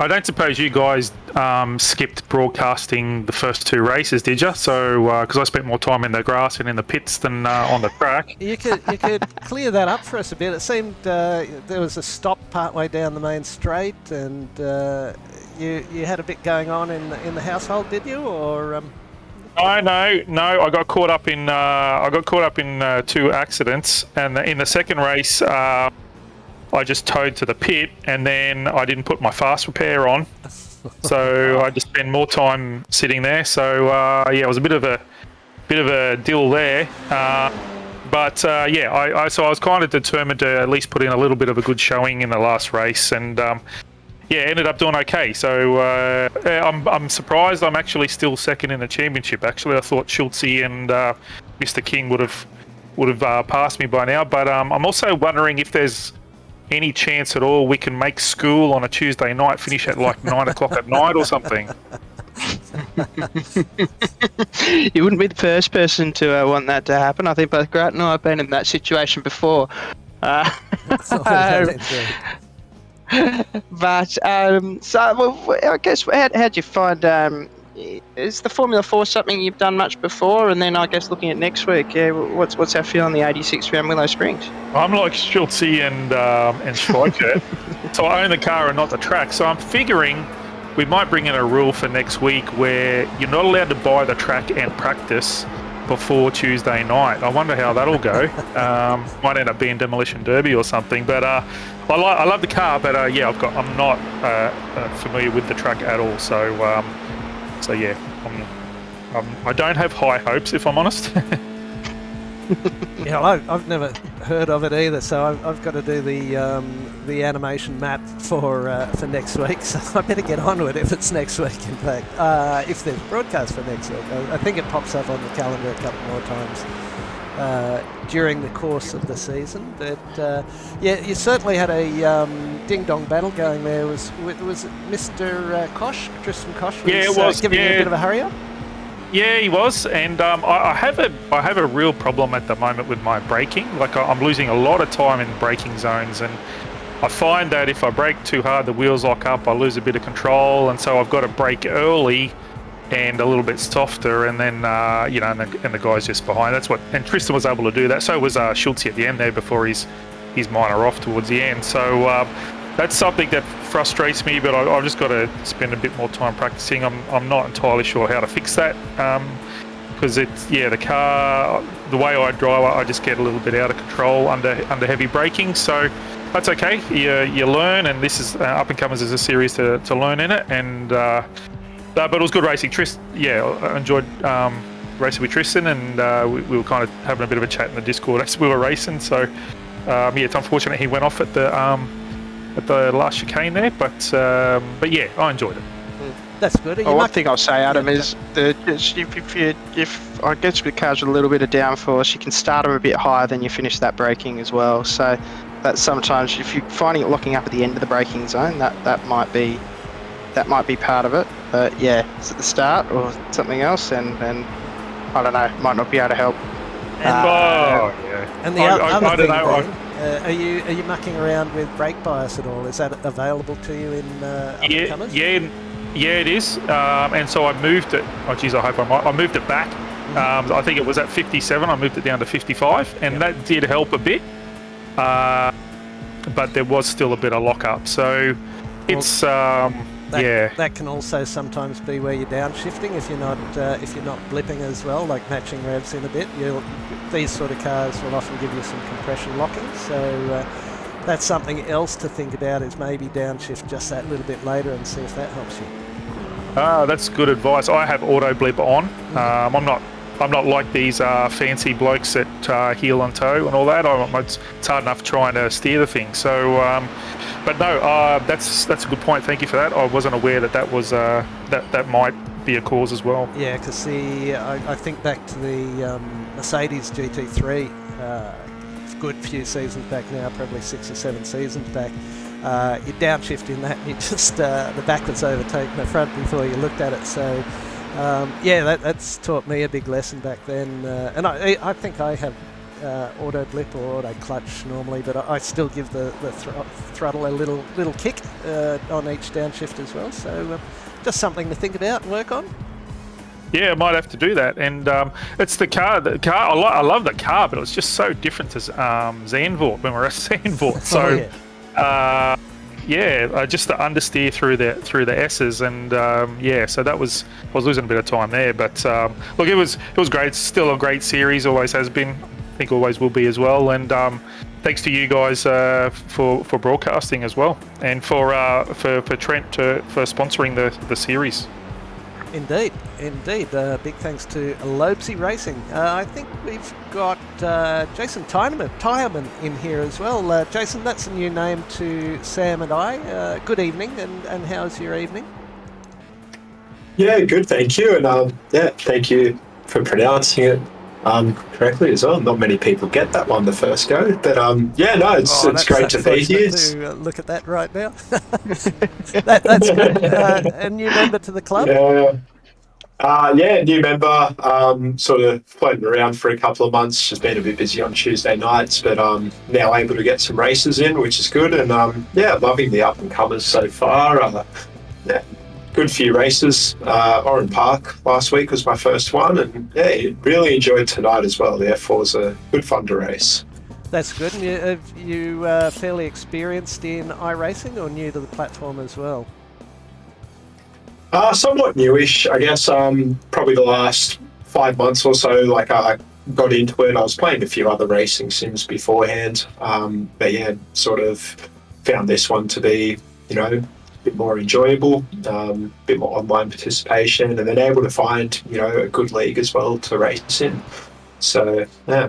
Excellent. Are you venturing into any of the other series that we're running, or are you just mainly focusing on up-and-comers?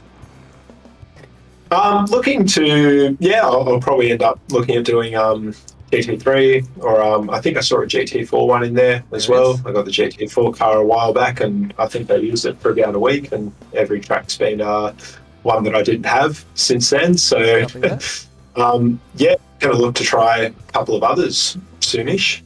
Excellent. Good to hear. Yeah, some of the other single car series we've got the Downforce Legends with the Radical SR8, the Porsche Cup, Formula Vs. If you enjoy your open wheelers, Formula Vs are a hell of a lot of fun. So there's plenty there, and I'm sure you've found where our season schedule is, and you're good to go with all of that. Yeah, actually, I'm just having a look at it right now. I've got it open as we speak. But I love the amount of different series and that run here. So it just pretty much caters for whenever anyone wants to race, which is great. It does indeed. And we've Zach could tell me right now that it's probably season 14 or 15 of the club. Started in the very early days of COVID, and just been going from strength to strength with some fantastic folk on the committee, one of which is Sam, but many others as well. So great to have you in, and you had a fairly eventful evening, I think. Let me see if I can now bring up the results. Oh, look, things are working. How about that? Where'd you go? Fourth in the first race. That's very good. And then in the second race, we had you in second place. Geez, you're giving the boys a bit of a hurry up. And strong start. The final race was ninth. So that's very, very nicely done by you, sir. And if we have a look at the championship tables, we see you're up 7 places this evening on where you were last week. 169, just pipped Justin Cotter. So bit of catching up to do to get to Tristan, who's got 102 points on you. But it's going great, and you might not be aware we run a drop round system in the club. So as we get to round 7, I think it is, your worst 2 rounds will be removed.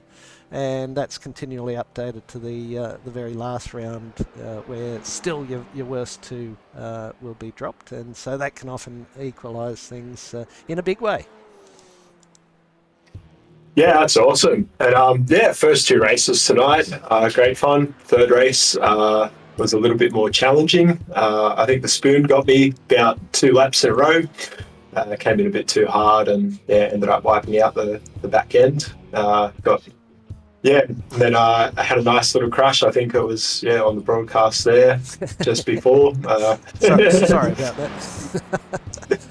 that. Yeah, It's all right. It's all in good fun. But yeah, it was good night. Great, enjoyable racing. You only just had to touch that outside curb and it'd go around like a top, didn't it?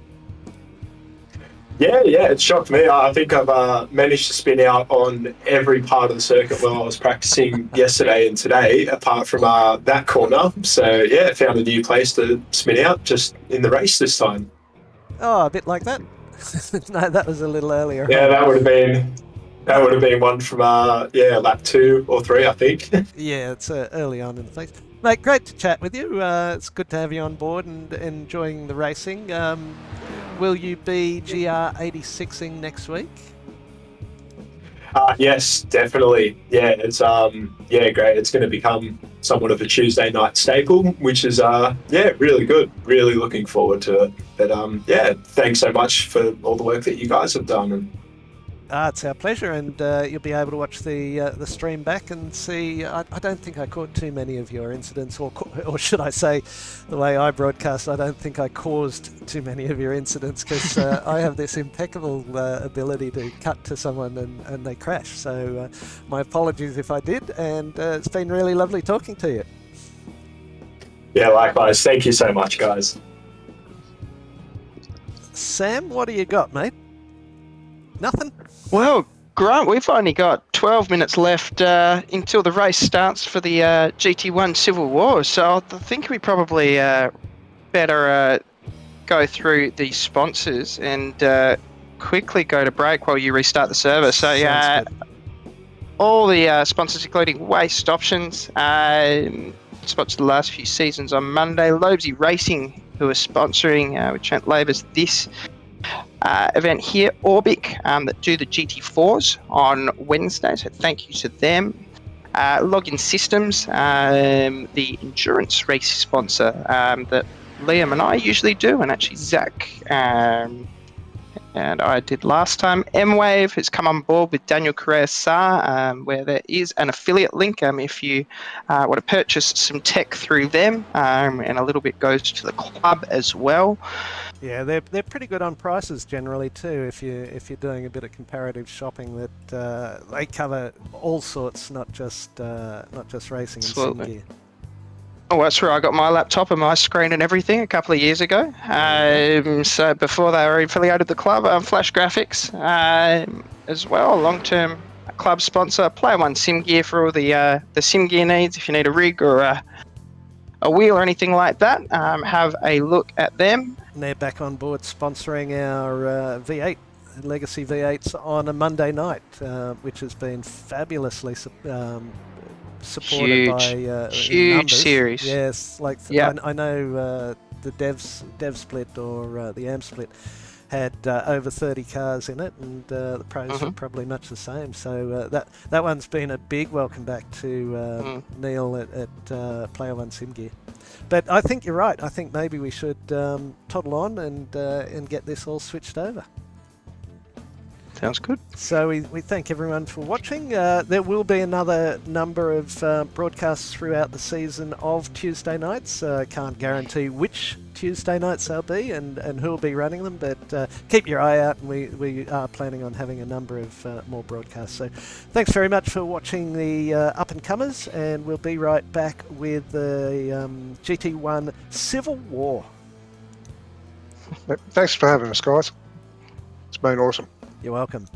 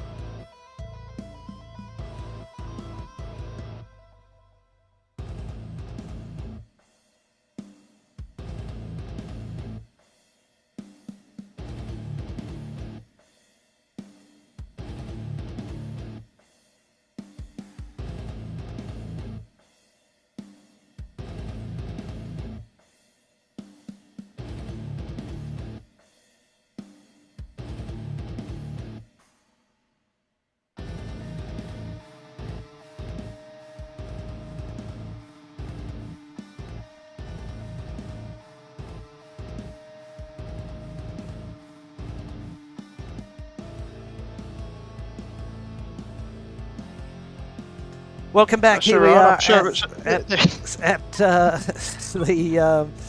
in New York here for Watkins Glen boot, and I'm just having some issues with graphics. So Sam, you've got our qualifying order there, I believe. Yes. Give me now mine's shouting at me because I was testing your sound, Grant. But I have the qualifying order. It is Simon Cox who's qualified first. He's also leading the championship. He's followed by John Merritt there in second.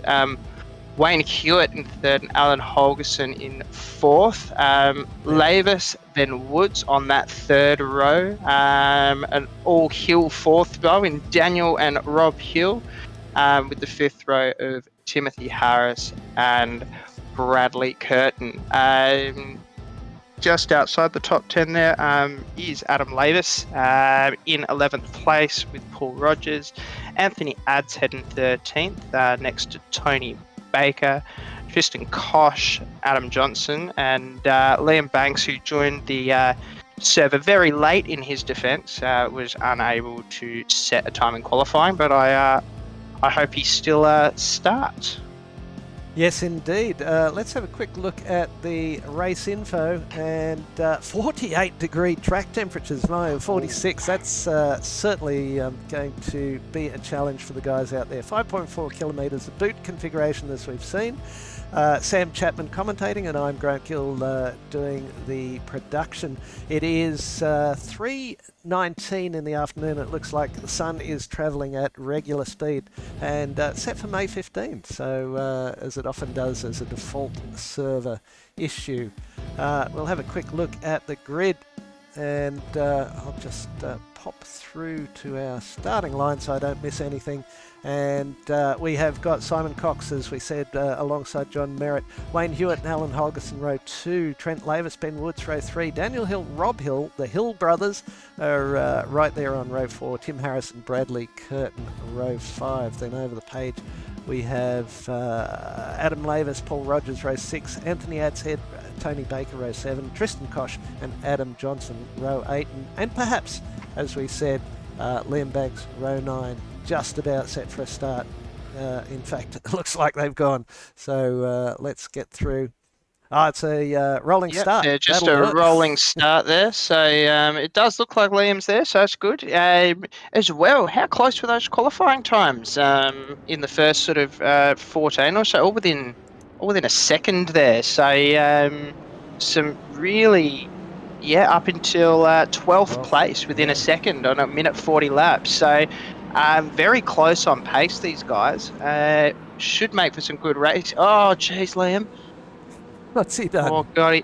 He almost lost it. He almost lost it on the formation. I did that the other day, actually. It was great in a GT3 race. It was a good start to a night. Yeah, potentially coming in with not too much practice, but we'll see. Coxie has already gone. He's come straight out of the second to last corner and fled the scene, but he's being followed very closely by John Merritt. Not someone you want to be followed too closely by, with Wayne Hewitt and Alan Holgerson in behind. Clean start so far as they come through that first turn.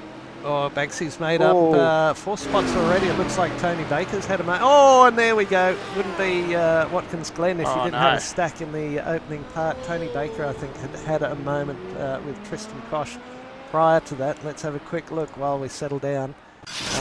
And it's... jeez. What's all happened before that? But, and then just three side. Oh, Tony gosh. Baker. Yeah, that was a big outcome for what didn't look too bad at that point, but that's a very broken Aston Martin there. What I will say as well, for the Civil War in around the Glen, only one Chevy. It's all Astons. So Aston's had a bit more of a run in the club before. I don't know whether it's preferred or quicker or what. It does sound brilliant. It is a brilliant car to drive and would be great around here, but surprising there is not too much representation from the Yanks here. No, they've taken the day off, the Yanks. But we've also got, joining us for this race, we've got Adam Tice. Ticey, welcome back. You had a busy busy evening already in the up-and-comers, but you've decided you'll go again, and we'll have a bit of a chat during the course of this racing. Yeah, thanks, Mr. Gill, Mr. Chapman. Thanks for having me on. I've dusted off the race suit, put on the commentary suit. Join you fine fellows You could be like barrettes and just wear it while you're doing commentary. Well, that's true. That's true as well. And decided, like, I did the first 2 races of this GT1 in an Aston Martin, and was absolutely woeful. So I've decided to put on the headset and join you fine fellas. Excellent, good man. We've got Lobezy making a move, or just about to make a move. These cars sound fantastic. They've got a real thunk, and we're not doing the bus stop because it's a classic boot. Oh, thank He's God. dived down the inside. There's a real nasty bump there that just unsettles the car as you're coming in, and looks like he's got that job done on Holgerson. So Very well winding it executed up. through there. Yeah, That's not the easiest thing to do, and especially with these cars, to get them pulled up correctly without locking a wheel. Definitely done that before, but yeah, built up by Trent there, and he'll be right after Wayne Hewitt there for that podium spot. But yeah, no, the top guys all, as we sort of expected off the initial times, all still very close together, all well within a second, within 0.6 of each other, down all the way to 7th place. But Cox still in the lead, leading this championship in a fairly dominant manner at this point, and now leading this race from pole position. So we'll see if he can hang on to that. He's got John Merritt behind him, who will be able to save maybe a bit of fuel. There will be pit stop, I assume, in this race too. So yeah, if we want to put those points back up, Grant, we can have a bit of a gaze. Yep. We've got Simon There we Cox go. leading So- 184 from Merritt, 155, 29 points in there. Wayne Hewitt in 3rd place, 22 back from there. Rob Hill, 129, very close to Wayne Hewitt. Then it's Jordan Malcolm, Pete Matson, Adam Lobezy, Tony Baker, Alan Holgerson and David Christensen are our top 10. You probably won't hear it, boys, because I can't see. Oh, look at Merritt having a big look. Oh, But we'll cut. gee. We're listening to the beautiful sound of this Aston Martin. I'll pop into the Corvette in a minute, which has such a distinctly different sound to the others. And I think maybe a lot of these drivers just happen to have the Aston Martin than the Corvette, and that's why it's showing up that way. Yeah, I'd say so. As we said, like, the Aston's been used around the club a bit. It was used in the production cars last season a couple of times, and became it has a lot of very avid lovers of the Aston Martin. Sounds brilliant, and it is a really fun car to drive. Incredibly quick as well. We've got Adam Lobezy right on the back of Anthony Azhead here. Azhead done well to make up 4 spots so far.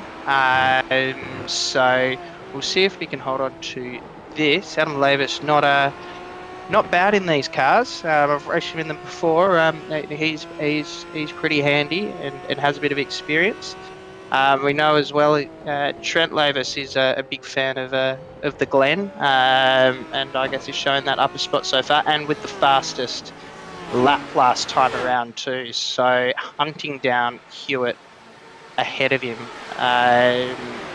But yeah, that front pack only breaking it. Holgerson is just off the back of Lobezy now, so Lobezy really stretching his legs, showing his ace here.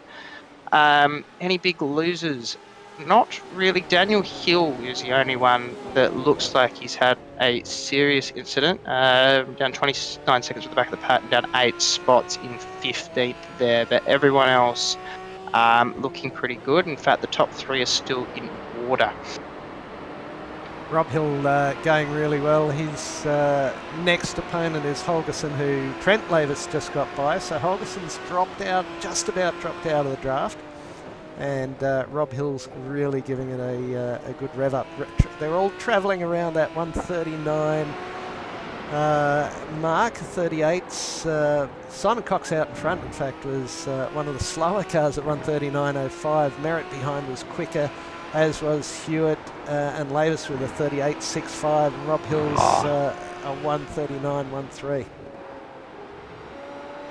Yeah, it's interesting, boys. You got to go down all the way down to position 11 for the other cars to pop out of the 139. So it's really the top 11 that have pace that's there or thereabouts. And then with Tristan Koss, Adam Johnson, they're matching time for time.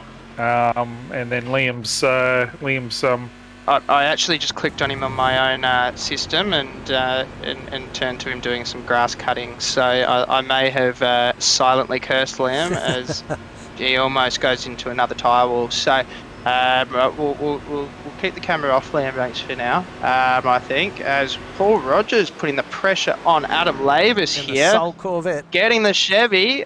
No, he's not got. He's going to pull out of it. Not entirely confident under brakes there, but he still holds that outside. Difficult to hold, but he might be able to cut back through here. But no, Adam's going to cover that line off, and you don't really want to be on the outside of this corner anyway. It's fairly hopeless out there. Oh yeah. So you'll try and cut back. You can get a very good exit through here. Then you might have something going to the next corner, but it doesn't look like it at this point. The Chevy looking relatively racy at this point. I don't know if there's any significant pace difference or any strengths. Very wide there. Oh, he's going to throw it will he down cover the off the inside? No, he hasn't covered it off, but he's not quite far enough alongside to make that move. Oh, he's not quite done stiff, with but it he's yet. going to be on the inside for this next corner, and he pulls out of it. He would have been on the outside for the final corner, which does make things difficult. Adam goes in on defense there as well. Nope, he's going into pits. So he's sick of this battle. He wants some clear air out behind. Just put in some laps on his own and see where he can pop his head up. Sick of being in traffic there. Merritt's got by Merritt in the lead from yeah. Cox. So we'll have to have a look at what's happened there because that's a huge move. This battle of four as well, right within less than 2 seconds of one another. Look how close they are. And see that bump. Must say, I am liking Watkins Glen more without the bus stop. The bus stop is it's caused me many issues before, so maybe that's why. But it does seem nice them stretching their legs all the way through. So up right, big, so long through straight. And watch the bump just before the corner. You'll see them really dip as they go right there. There it is. There it is. Yeah. And you really have to be a little bit gentle. You don't want to be hitting the brakes or doing a big turn just at that point in time. Lavis, look at him. He's right on the back of these two guys. And then Rob Hill's got by Holgerson as well. Just behind for a country with the most highways on the planet, they seem to not be able to roll a road particularly well because every American track I go to has an outrageous amount of bumps. But regardless, so this battle as well. Battles are actually all Lavis through. pitted. It's so Lavis is pitted. He's going to try and get some clear air here. I'll be interested to see what times he ends up pushing up. Because if these guys are all pretty close together up front, and will be losing each other time, but he'd already lost a bit of time being a bit further back, probably about 10 seconds down on those lead pack by the point he pitted potentially. I can't remember exactly what it was, but we will have to see. So this is the battle for 5th place as well, and Holgerson is going to try it up this inside. He's going to hit this bump and holds it beautifully through there and covers it right off. Yep, comes out wide. Oh, now you so close. Can try for an inside move there, but it's usually not advisable. But it can spook the guy out ahead if you give it. I've been taken out there a couple of times. Yes. So Holgerson really trying to defend through here, which might give Hill a bit of a run through to the next corner, but probably just a little bit far back at this point. Might be worth just sitting back, saving some tyres and fuel as he goes very wide through there, and now is going to be under pressure from Harris behind. Loses heaps of time, or close to a second from that. But now Coxey under pressure from Hewitt behind as well. So Cox, who was confidently leading the race, actually isn't holding on to John Merritt as much as we would have thought. And Hewitt, actually had a brilliant race with last night, is right on his tail here. Be interested to see. I can't hear it, Grant, but I'll be interested to see if you can hear any sort of fuel-saving tactics or anything like that going on here while they're stuck in this train. Harris has come in the pits in the meantime. I didn't want to get stuck with that other battle. He's just happy to be sitting there at the moment. He's just rolled out of the throttle that little bit. Fuel saving. And Coxie is climbing right back into Merritt with that big long draft. But right behind, these green and white Bailey Ladders cars. It's interesting, boys, isn't it? Because the Watkins Glen is one of the tracks where you can take a few liberties using extra tarmac that you're not supposed to.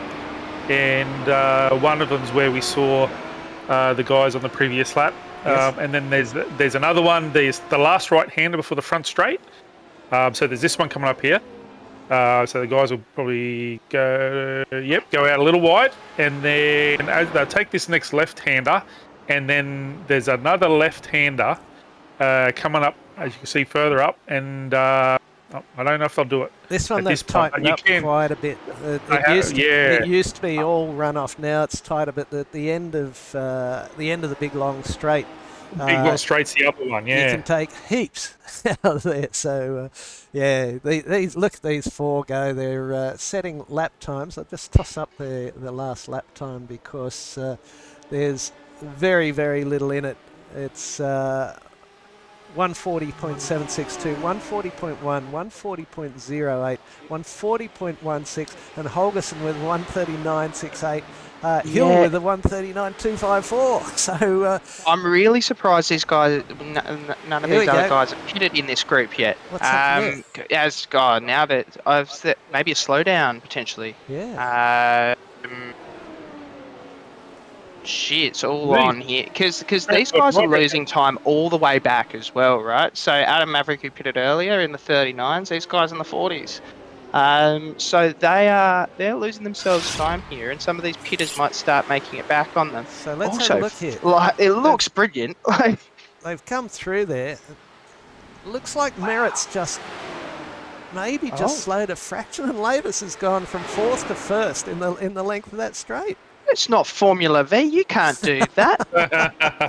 Maybe there was a touch of slowdown, but that was amazing. Goodness me.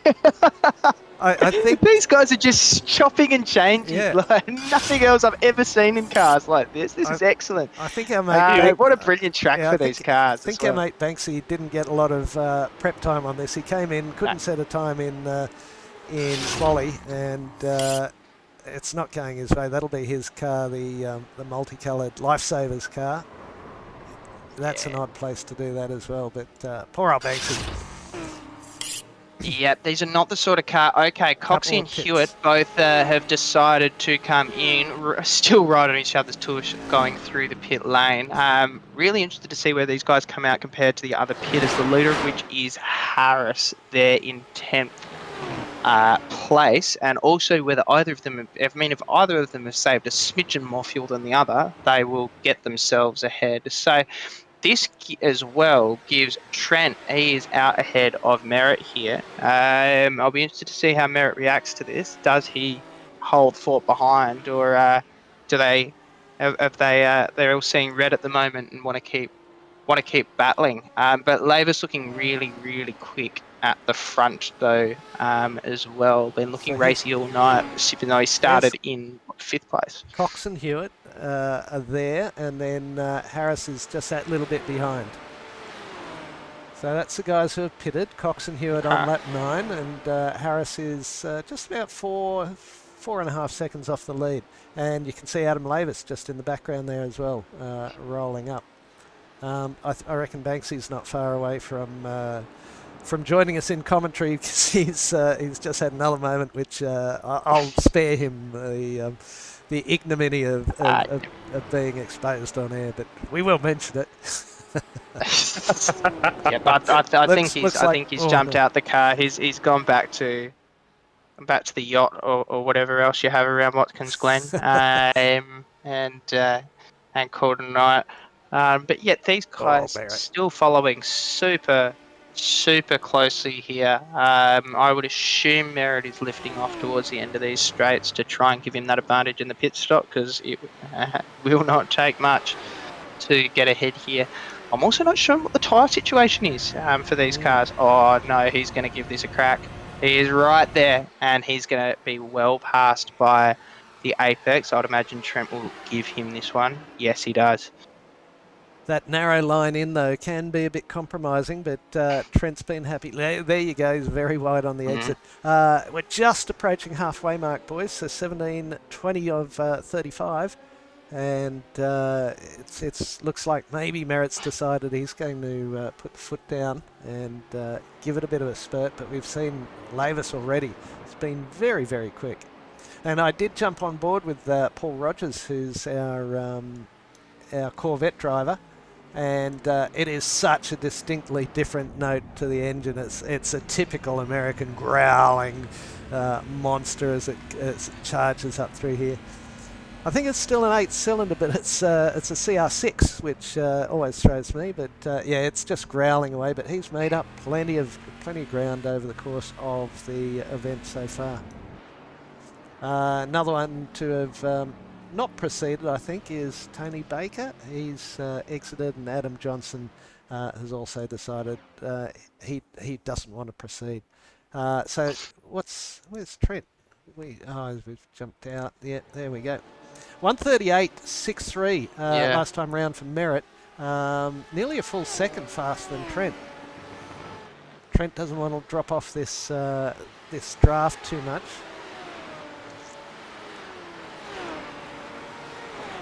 Yeah, didn't lose any time in that overtaking. In fact, it probably gained him time, really. You saw the impact of that slipstream down the long back straight here, and then this is our Corvette driver on the back of Anthony Adset here. He's going to try the outside. Adset defends the inside. Outside, not where you really want to be, but he can. Oh, there's a little bit of sideways lock there from Adset, but he holds onto it and is still right on the back. And is he going to try it again? No, he thinks better of it. He was thinking about it, wanted to spook him, but thinks better of it going into that corner there. And then we'll see if there is a bit of a pace differential from here. Because Roger's looking really quick in this car. You know, I'm not sure. Do you know anything about whether BOP or anything is for GT1? I've not ever been too involved in it. So yeah, I do wonder if one car is better at some things than the other. It's fixed sets, I do know that much. Fixed sets for the cars, so that simplifies. A lot of the drivers, even John Merritt, is a really large supporter of fixed sets because with limited time, you can just jump in the car and you know everyone's got the same thing under him. Adset comes into the pits there, so he bails out and decides, well, we'll see what I can do with a bit of clear air. But yeah, the fixed set is great for people who are time poor and want to jump in a number of races during the week and just get in and go and know what the car's going to do. Yeah, absolutely. And this wouldn't be our only fixed set. We've got the Radicals tomorrow fixed set, along with the Formula V's are also fixed set. So I think that's the usually the first race of the night is fixed set, but our first race our fixed set was also the up and comers tonight as well. So a bit of a fixed set Tuesday. And the Mountain Men is also fixed sets because that's another smorgasbord of cars that you get to drive and you know what you're going to get when you jump in. But we've got Merritt out in front by a second from Trent Lavis.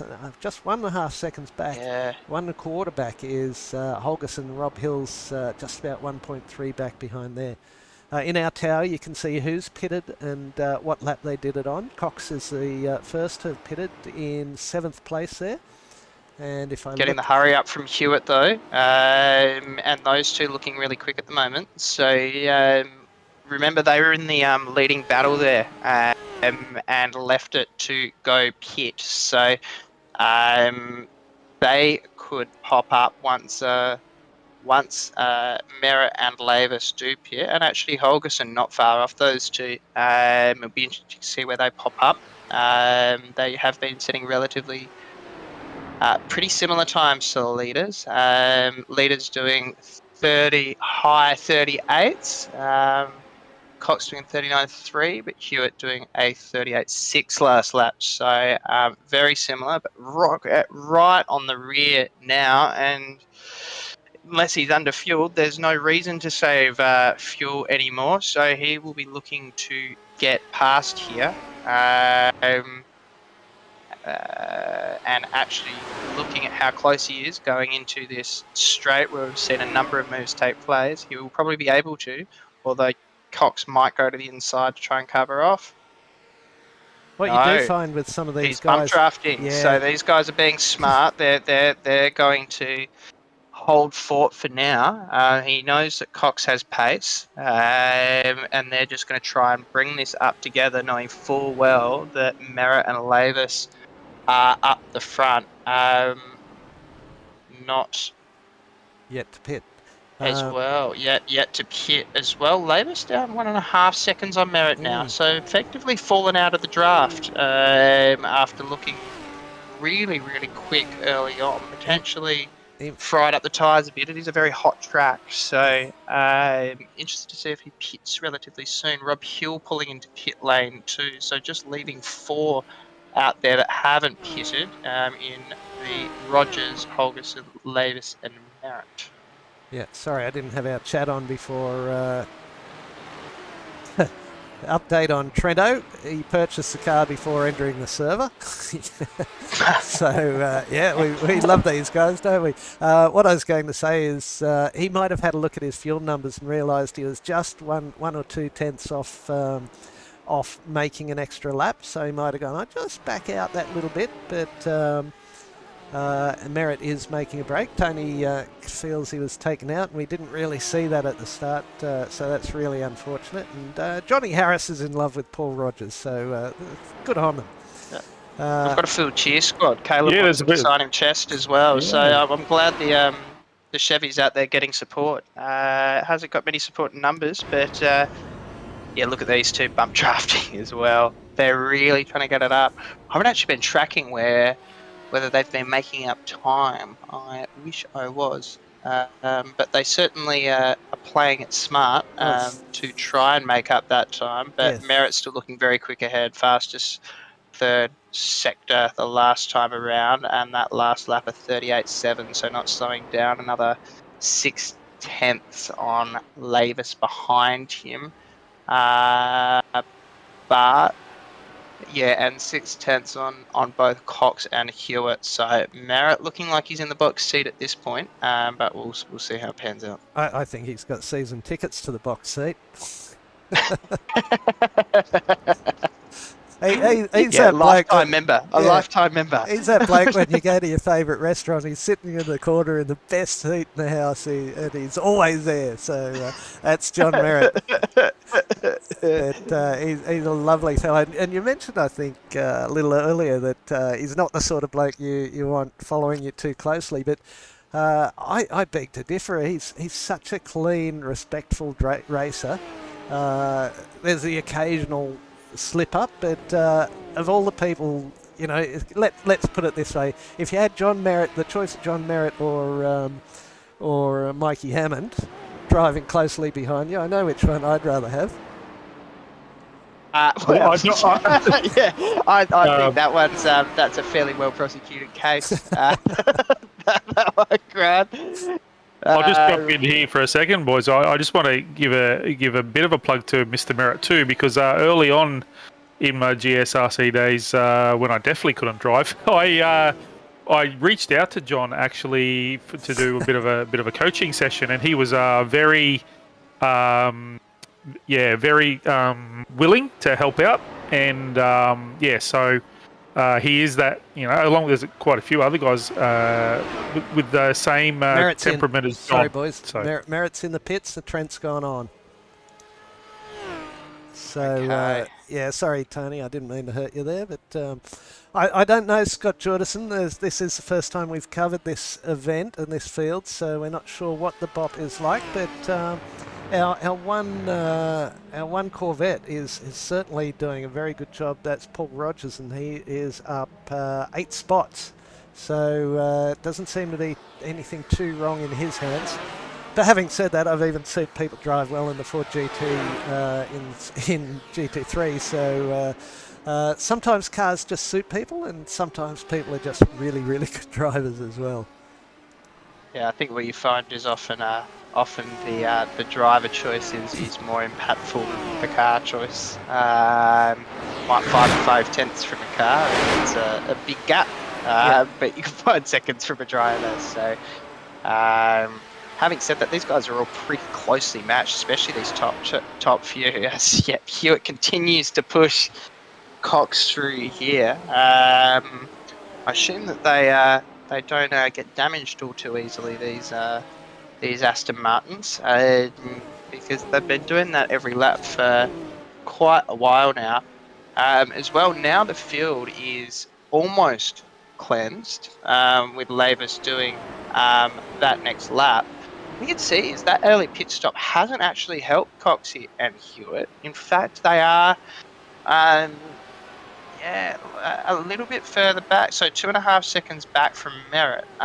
Lobezy was 1.5 seconds back from Merritt, though. Holgerson's done really well out of this too, sitting only just behind John there, only 1.2 seconds behind. So he's done really well in the pit sequence. See if he's underfueled at all. In fact, he's done a significantly shorter pit time, a 7.62 versus everyone else in the 9 or 10 second marks. So see if he has to do any lifting and coasting towards the end of the race. Had to do that last night. It's always a little bit frustrating when you're trying to chase someone. There he is, just in front of Cox and Hewitt. So he's dropped a bit of time there. Let's have a look at that pit time for those drivers. Trent was in for 10.1, Merritt 9.3, Holgerson 7.6. So that's interesting. So the extra lap has been negative for Trent here. Not sure what's happening there. While we're fuel saving to put more fuel in, but unless he's done a sneaky one and put some extra tyres on for around this hot track and wants to go chasing now, that would certainly make things interesting. But the big winner out of this is Holgerson, really, in second place. He's holding that second place now, which is good. And then now Cox and Hewitt, we'll see what their plan is. They've been working together with, I guess, limited success, given that they're now down in 4th and 5th, and Cox started in that pole position.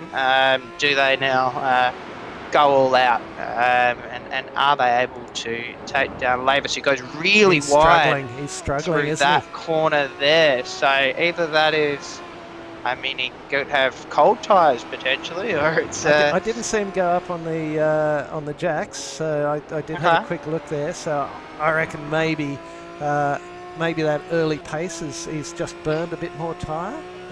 If we have a look at the weather, maybe Merritt with the fastest lap of the race there at 38.62. So looking very quick out there. Holgerson actually faster behind him. It must have had an off track at 38.51. So still holding on there, but look how close these guys are. And Cox will have enough here to try and take him down this straight. Both with Will the he get draft, boxed in? No, he's going to go around the outside here, but no. hands it Oh, in. Trent just checks them up. Oh. Checks them up a little bit there.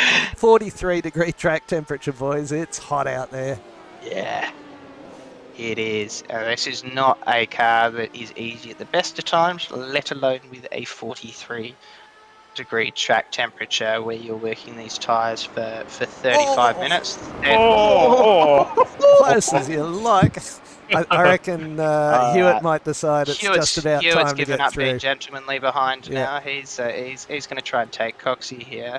Or not. I No, reckon they gives it might back. somehow. I reckon they might just be in the same Discord server. So who's that? Daniel Hill's come into the pits again. He's probably coming to terms with the vehicle as well. Yeah. As well, just right at the front there. Holgerson not letting Merritt get away here. He's still only 7/10 back as Merritt weaves his way down the straight, trying to break that toe. Not much time left as well. What have we got? 3 minutes remaining. 138 laps. Ooh, okay. Two It's laps, going to be borderline. three I laps. think. Probably have 2, if my calculation is correct, but they may not be. But we'll see. We'll see what Barney's up to. Coxie. He could be on Oh, strike. it's been a touch. Oh no, boy. Oh, massive. So that's our championship leader having a massive incident with Trent Lavis right there. We'll have to go back to that in a tick. Let's just keep an eye on these guys for now. As well, Hewitt's still in this battle there with Trent. But yeah, Holgerson not letting him get away. We'll see if he's held off.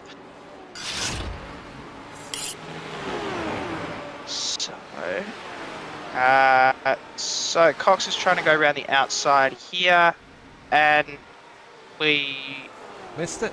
moved away right at Sorry. that moment. It looks a little reminiscent of a situation You found I yourself had in? with a certain Whitaker brother a while back. So if we have a look, see who A little moves. touch. Just Looks a bit more like Coxie moving a bit over, It doesn't does. It does. from that view. So that could be a no harm, no done sort of incident, given he's now back in 13th place. So that's the white flag White out. flag. There you go. See, I can do maths live, Grant. There you go. How's that? Oh, I can't do more than 2 laps, but that we'll take it. So Holgerson going into this final lap, he just does his fastest lap of the race at 38.6, still 6/10 now, 7/10 back from Merritt, but going up this back straight here. Hewitt as well, finding that final space on the podium against Trent Lavis. Only 2/10 back from him.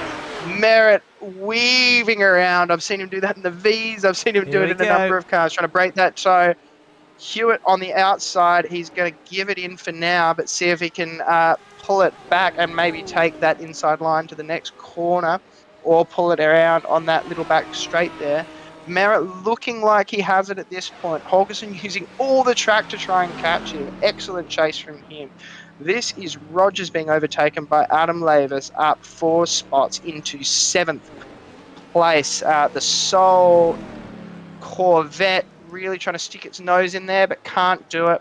Holgerson back 3/10 from Merritt here, but it looks like Merritt will hold on for now. He goes a little wide in this final sort of sector.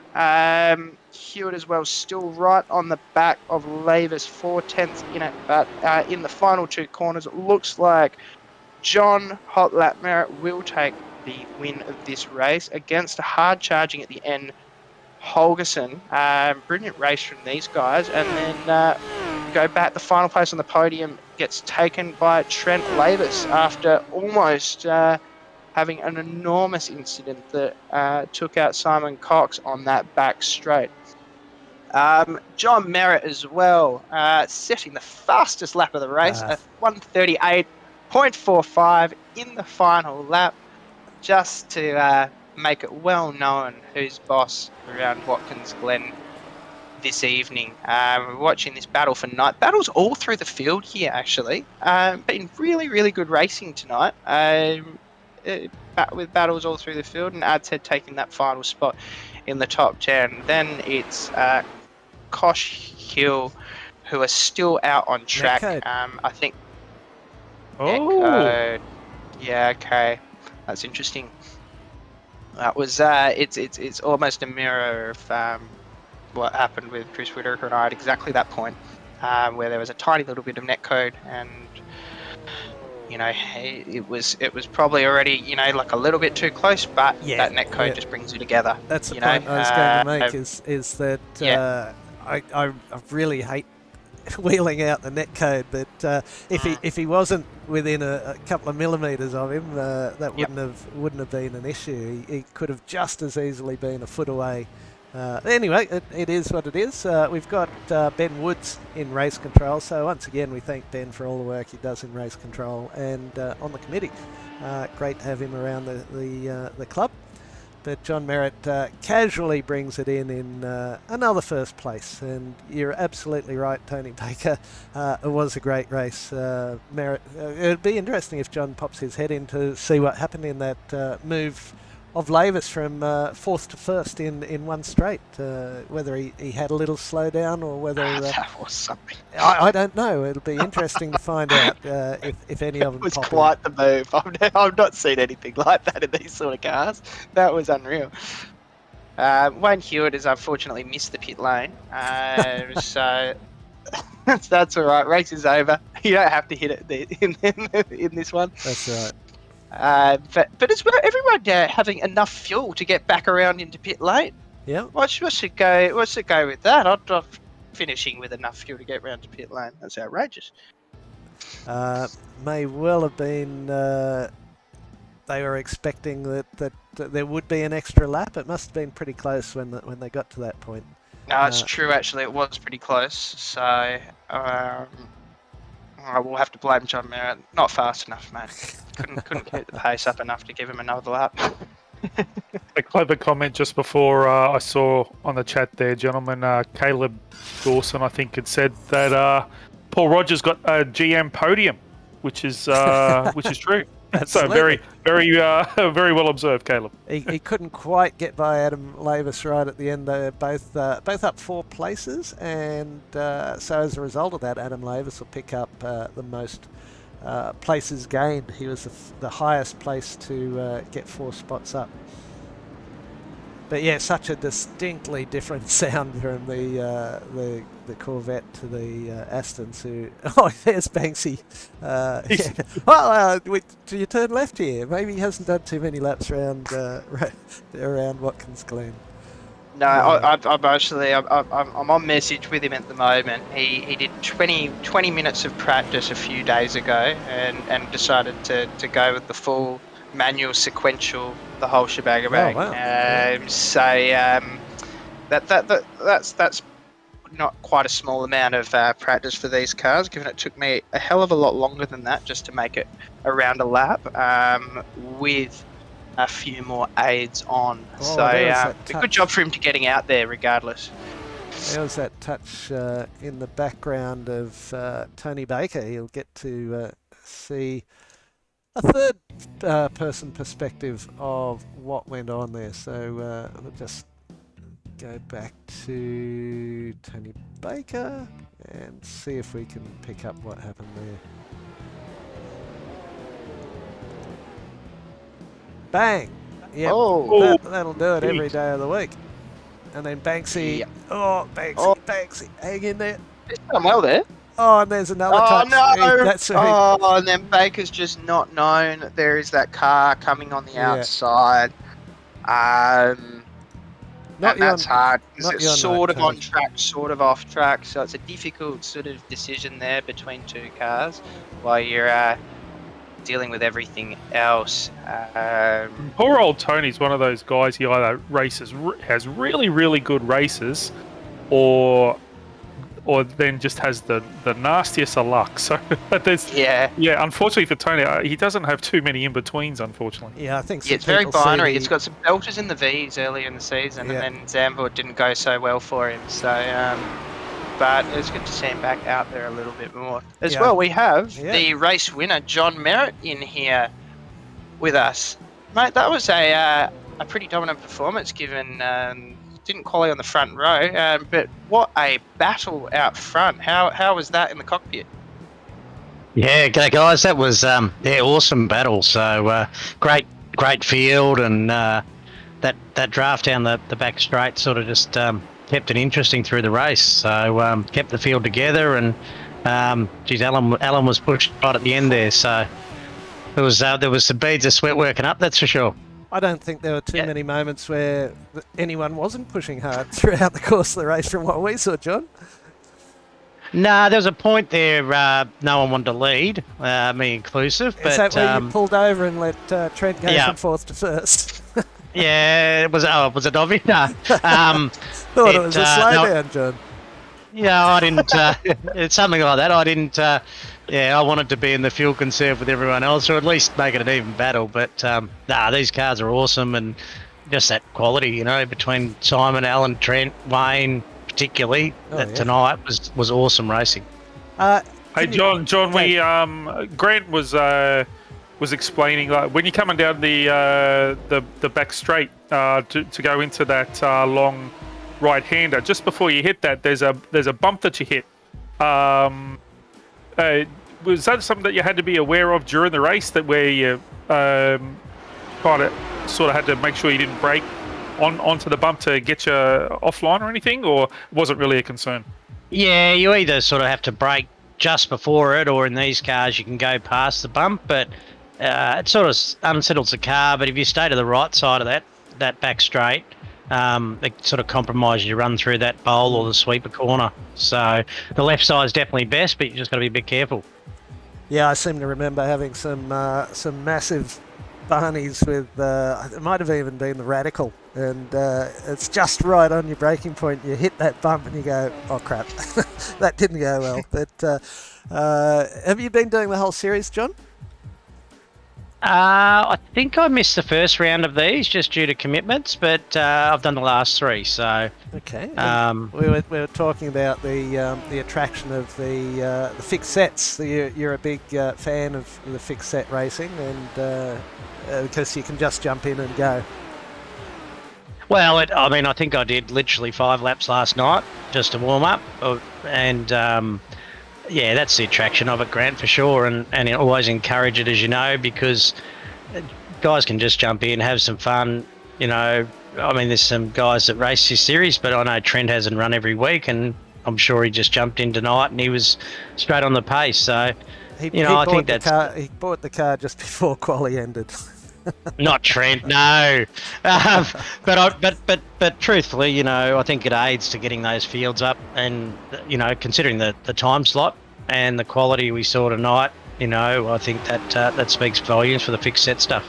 We saw a Soul Corvette in Paul Rogers, and he had a fairly good showing. Such a different sounding car. Have you driven the Corvette at all, or you had the GT, the Aston, so you went with the Aston? Yeah, I had the Aston, mate. Don't have the Corvette, but I don't think the Corvette's the flavour for sure. Having seen it in a couple of the races, and Paulie's a pretty handy steerer, so I don't know that it was the best car, I would have said. Right. Yeah. Pete Matson, you can go to Facebook, not to Facebook. You can go to the YouTube and just rewind it to where you want to start watching from. So great to have you watching on board, and thanks for your sponsorship of the GT4s. Looking forward to another big race there.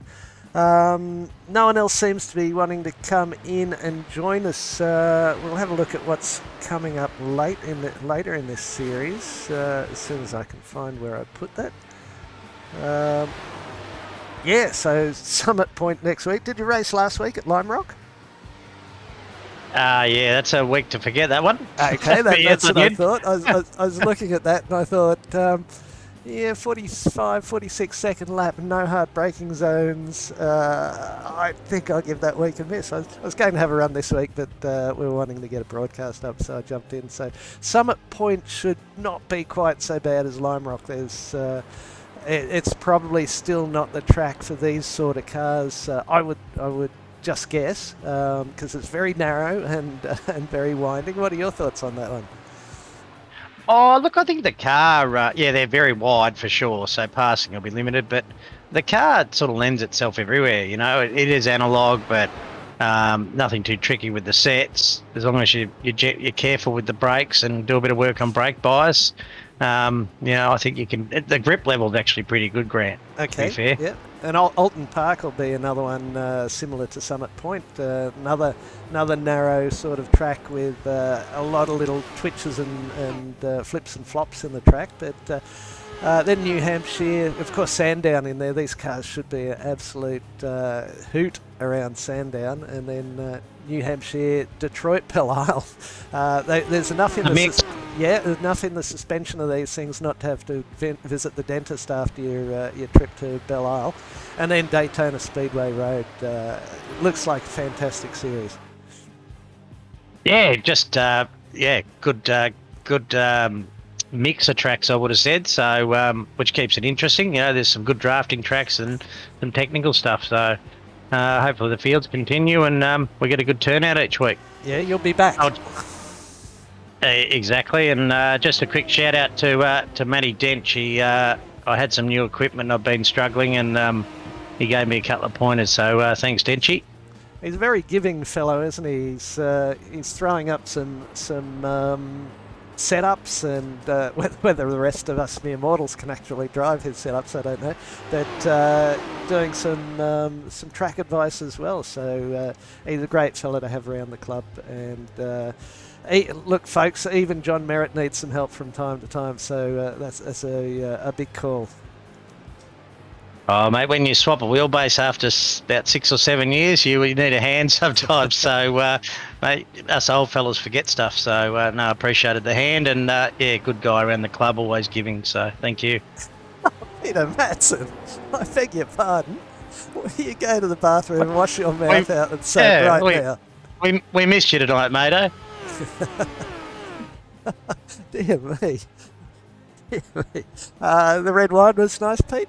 Lovely. And your teammate really didn't have a good time of it tonight. He was out lap 1, turn 1, pretty much. I think he'd been at the bar with Matto. It's a bit late, you see, a couple of beers. Yeah, we'll have a look at what happened to... where's... it's already happened at that point. Where's Tony Baker's little incident there? Oh no, this is it. It was netcode. That's the second pass. That's a massive netcode. Yeah, there you go. That was the second part of it. There was the first part. Ouch. Oh, ouch. And then he just wanders across the road and ouch. Oh god. Alrighty. What are we at? We're Tuesday night. I tend to lose track of the days these days, which is a lovely condition to have to suffer through. Where are we seeing you next, John? I might have a run. What's on tomorrow night? That'd be Downforce Legends. You haven't been GT4ing, have you?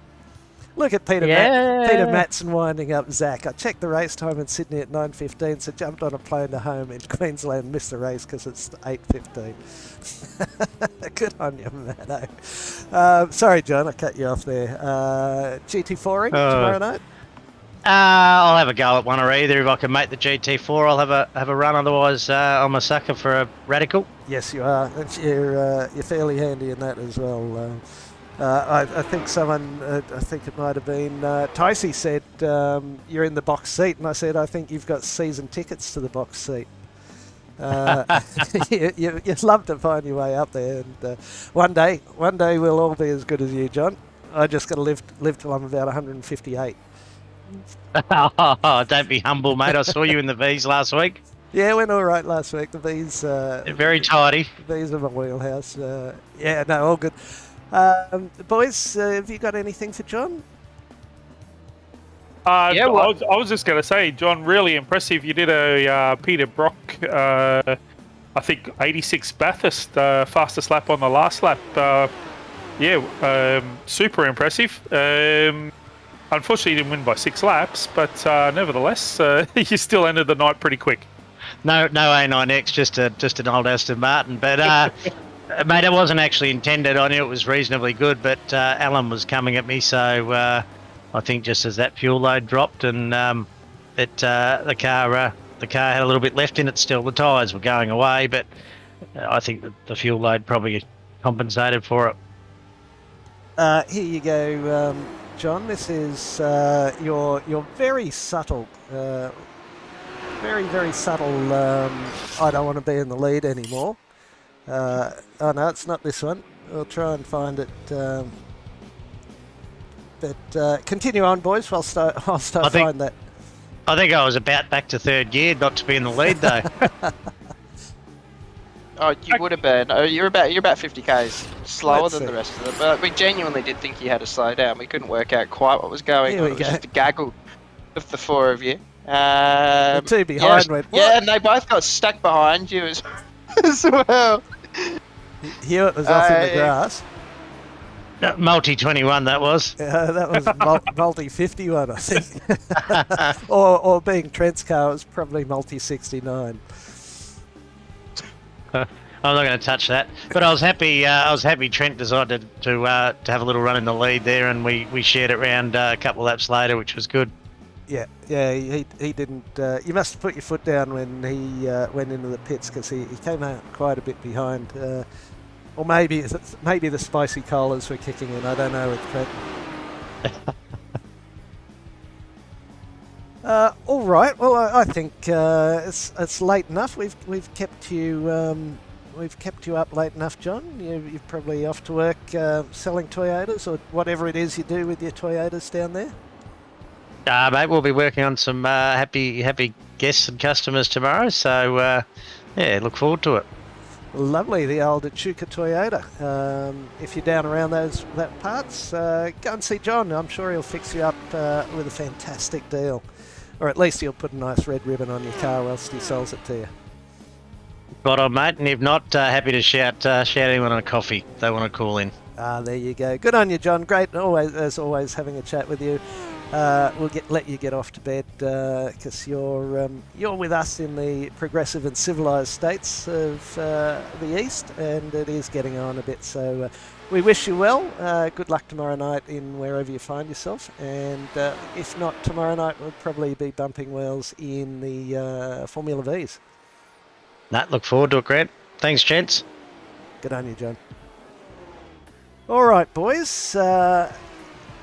What have we got? Where do we go? We'll probably thank some sponsors here. Player One Sim Gear bringing us the V8 Supercar Super 2 Series and 3 Series on a Monday night. Waste Options GT3 sponsor over a couple of seasons now, and we thank them incredibly for their support. It's so welcome and beautifully received. Lobezy Racing brought us the up-and-comers tonight, and by way of association brought us the GT1 Civil War, in which the Americans have already forfeited, and it's just the Aston Martin Cup, I think we'll call it from now on.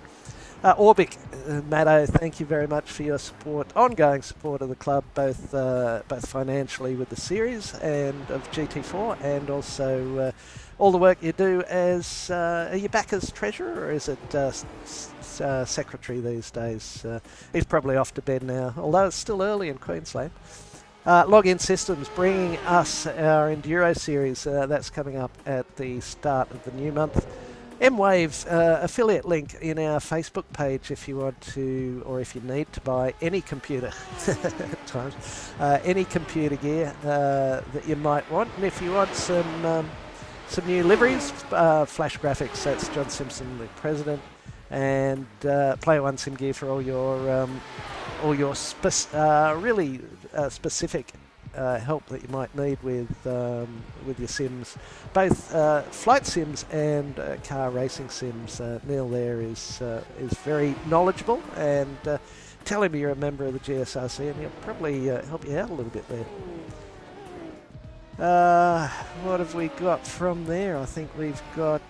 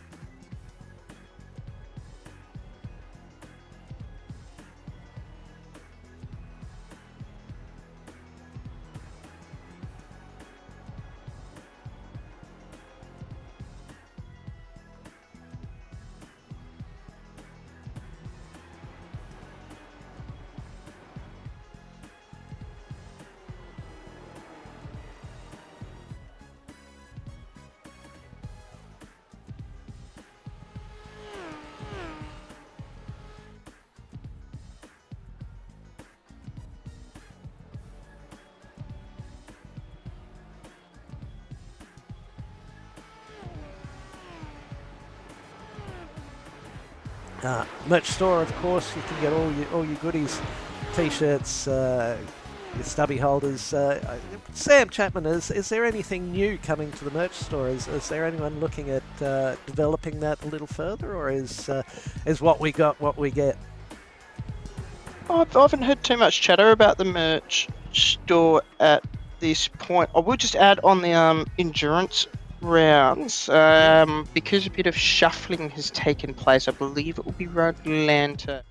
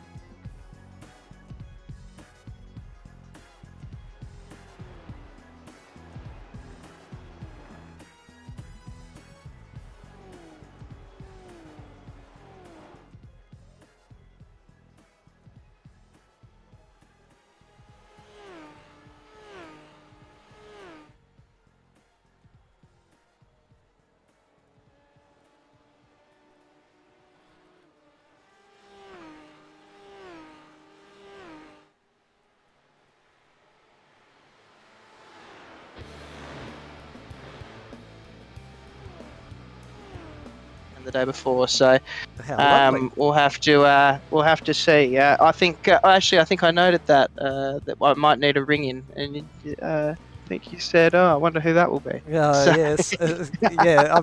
My middle name these days is somebody. We'll need somebody, because I think Daniel's away. But I'm not going to. I tell you what, I'm not going to miss the Formula V's. I could do the Porsche Cup, but I won't do the Formula V's on November the 2nd. Because I'm loving it, and for such a long time I couldn't do it because I was broadcasting. That's why I stopped. But, all good. Okay, but on that the website of race.tgsrc.com, you can get all your membership looked after in there, and that's where you would lodge a protest or a review for stewards as well. But been a fantastic night.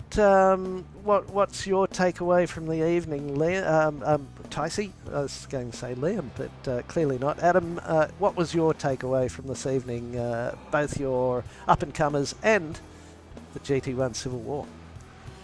Look, I think the up-and-comers is a series that just goes from strength to strength. The quality of driving just continues to improve, and but it's all done with a lot of fun as well. So it's one of those series where you can it's not super serious, but it's amazing how well it is run. Ben Woods and Aidan Schultz are in charge of that one, and the quality of driving just gets better and better each time. And then with the GT1s, these boys certainly know how to throw an Aston Martin and a Corvette around a bumpy American track. So very impressive to watch tonight. And it's also very impressive to watch fuel strategy at play as well. Indeed, very nicely done, as Zach would say. Very nicely done. Sam, your takeaways of the evening? The racing in the up-and-comers was good. A bit of a new car for some of them in some respects. I don't think we've seen the F4 in the up-and-comers before. So I think they did a good job. Some fast guys, but it was really punctuated by the guys that could get around without too many serious errors, really, making their way up to the front there. And then that GT1 race was unreal. That battle at the front. I hope we come back and broadcast a few more of those because as we saw, we could already tell from quali with the top 12 within a second of each other. With the effects set up for those, it's certainly a close run field. It deserves a few more entries, doesn't it? It's such a great combo of cars and the various tracks we're going to. There's something for everyone. So yeah, it's there was some good racing, and I'd love to see some more cars, including myself, in there from time to time. But all good fun. Yeah, what I'll say is just if you're in WA or you're in Queensland, there might not be that much that you can make it home in time for, but you might be able to make it home in time for the GT1. So maybe have a think about it. It's a lot of fun. By the looks. 9:40 start. So you've seen what you're up against. It'll be well worthwhile getting in. And of course, 9:40 is Australian Eastern Daylight Time, summertime. Yeah, correct time. Yeah, the correct time, the only time. for Sam and I who live in Sydney. So all good. Oh, I know what we've got to do. We've got to have a look at what's coming up on the pages. I've spent a lot of time putting this together this afternoon, so I probably should show it. Tomorrow, Wednesday, it is the 18th. Most of this should be close to being right. Virginia International Raceway with the Radical SR8s. That's going to be hell of an event. I'll do a few laps tomorrow and then make a decision as to whether I participate or not. Starts 7:45 and 2 sprint races there. Then GT4 Challenge is off to Imola. Nowhere near enough room to ride Autodroma, whatever the name of that track is. So Imola it is. Autodroma Internazionale Enzo Edinio Ferrari in Imola. So that's a 9 p.m. start, a 10-lap race and a 17-lap race. Good fun in the GT4s.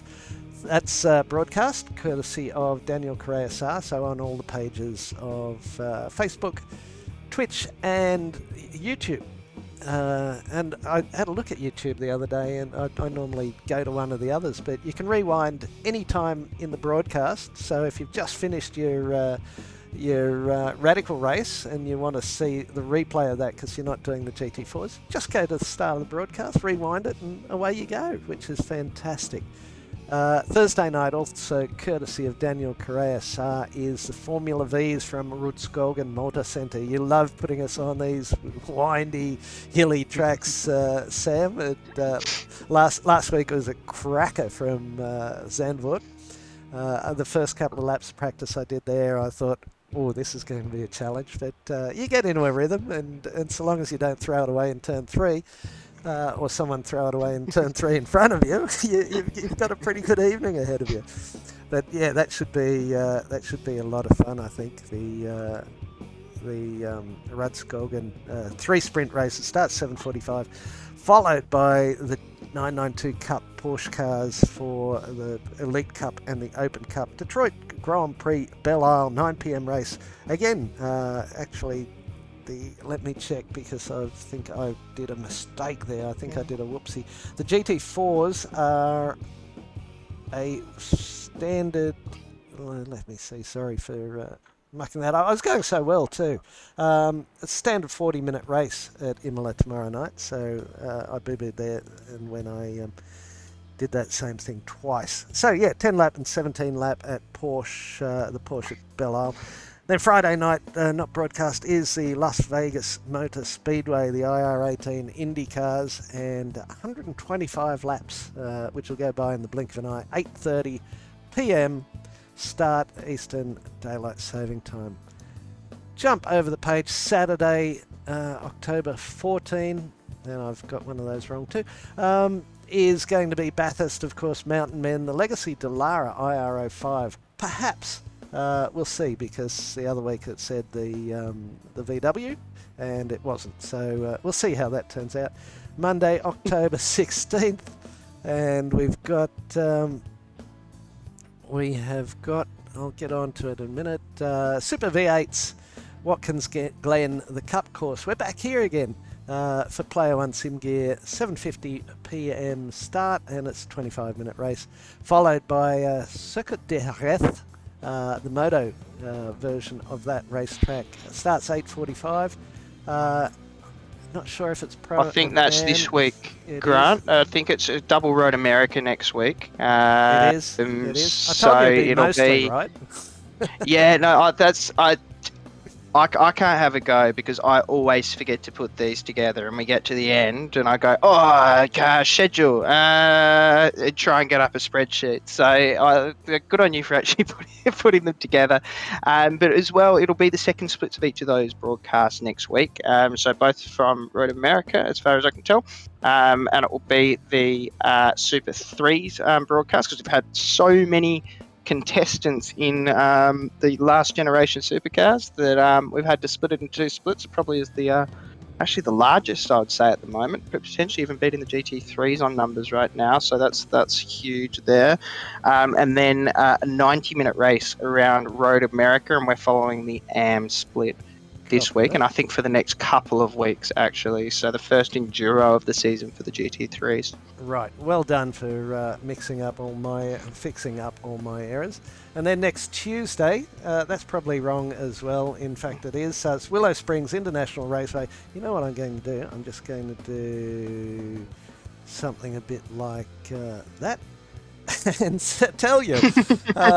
So next Tuesday, Willow Springs Raceway, same sprint format as this week. The 86, GR86 fixed set standing starts, and that'll be followed by Summit Point Raceway in the Aston Martin, and well, it's just the Aston Martin Cup, really, isn't it? 9:40. Keeping you up way too late there, Sam. So we're all done. We're done and dusted, and I thank you very much for coming along and joining me in commentary, as with you, Mr. Tice. What have you got your eyes set on for the rest of the week? I may try and jump into the Radicals tomorrow, and may give IndyCar a go if I have the track. I don't even know if I have the track, actually, so okay. I may not. But yeah, I'll try and jump in Radicals tomorrow. Otherwise, it's back to up-and-comers next week. And what? Not the V's? No, he's after last week's qualifying performance. No, well, that was a rare night off on a Thursday night. So. Right, okay. Copy that. Yeah.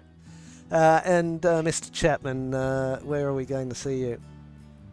I'll jump in the GT4s again. It's been a horrid season so far, but I'll spin some laps around Imola tomorrow, and hopefully we can get something together in a little Porsche. And then of course we'll be jumping in your favourite, the V's, around Ritskogen, and race controlling after that in the Porsches. Excellent. So looking forward to that.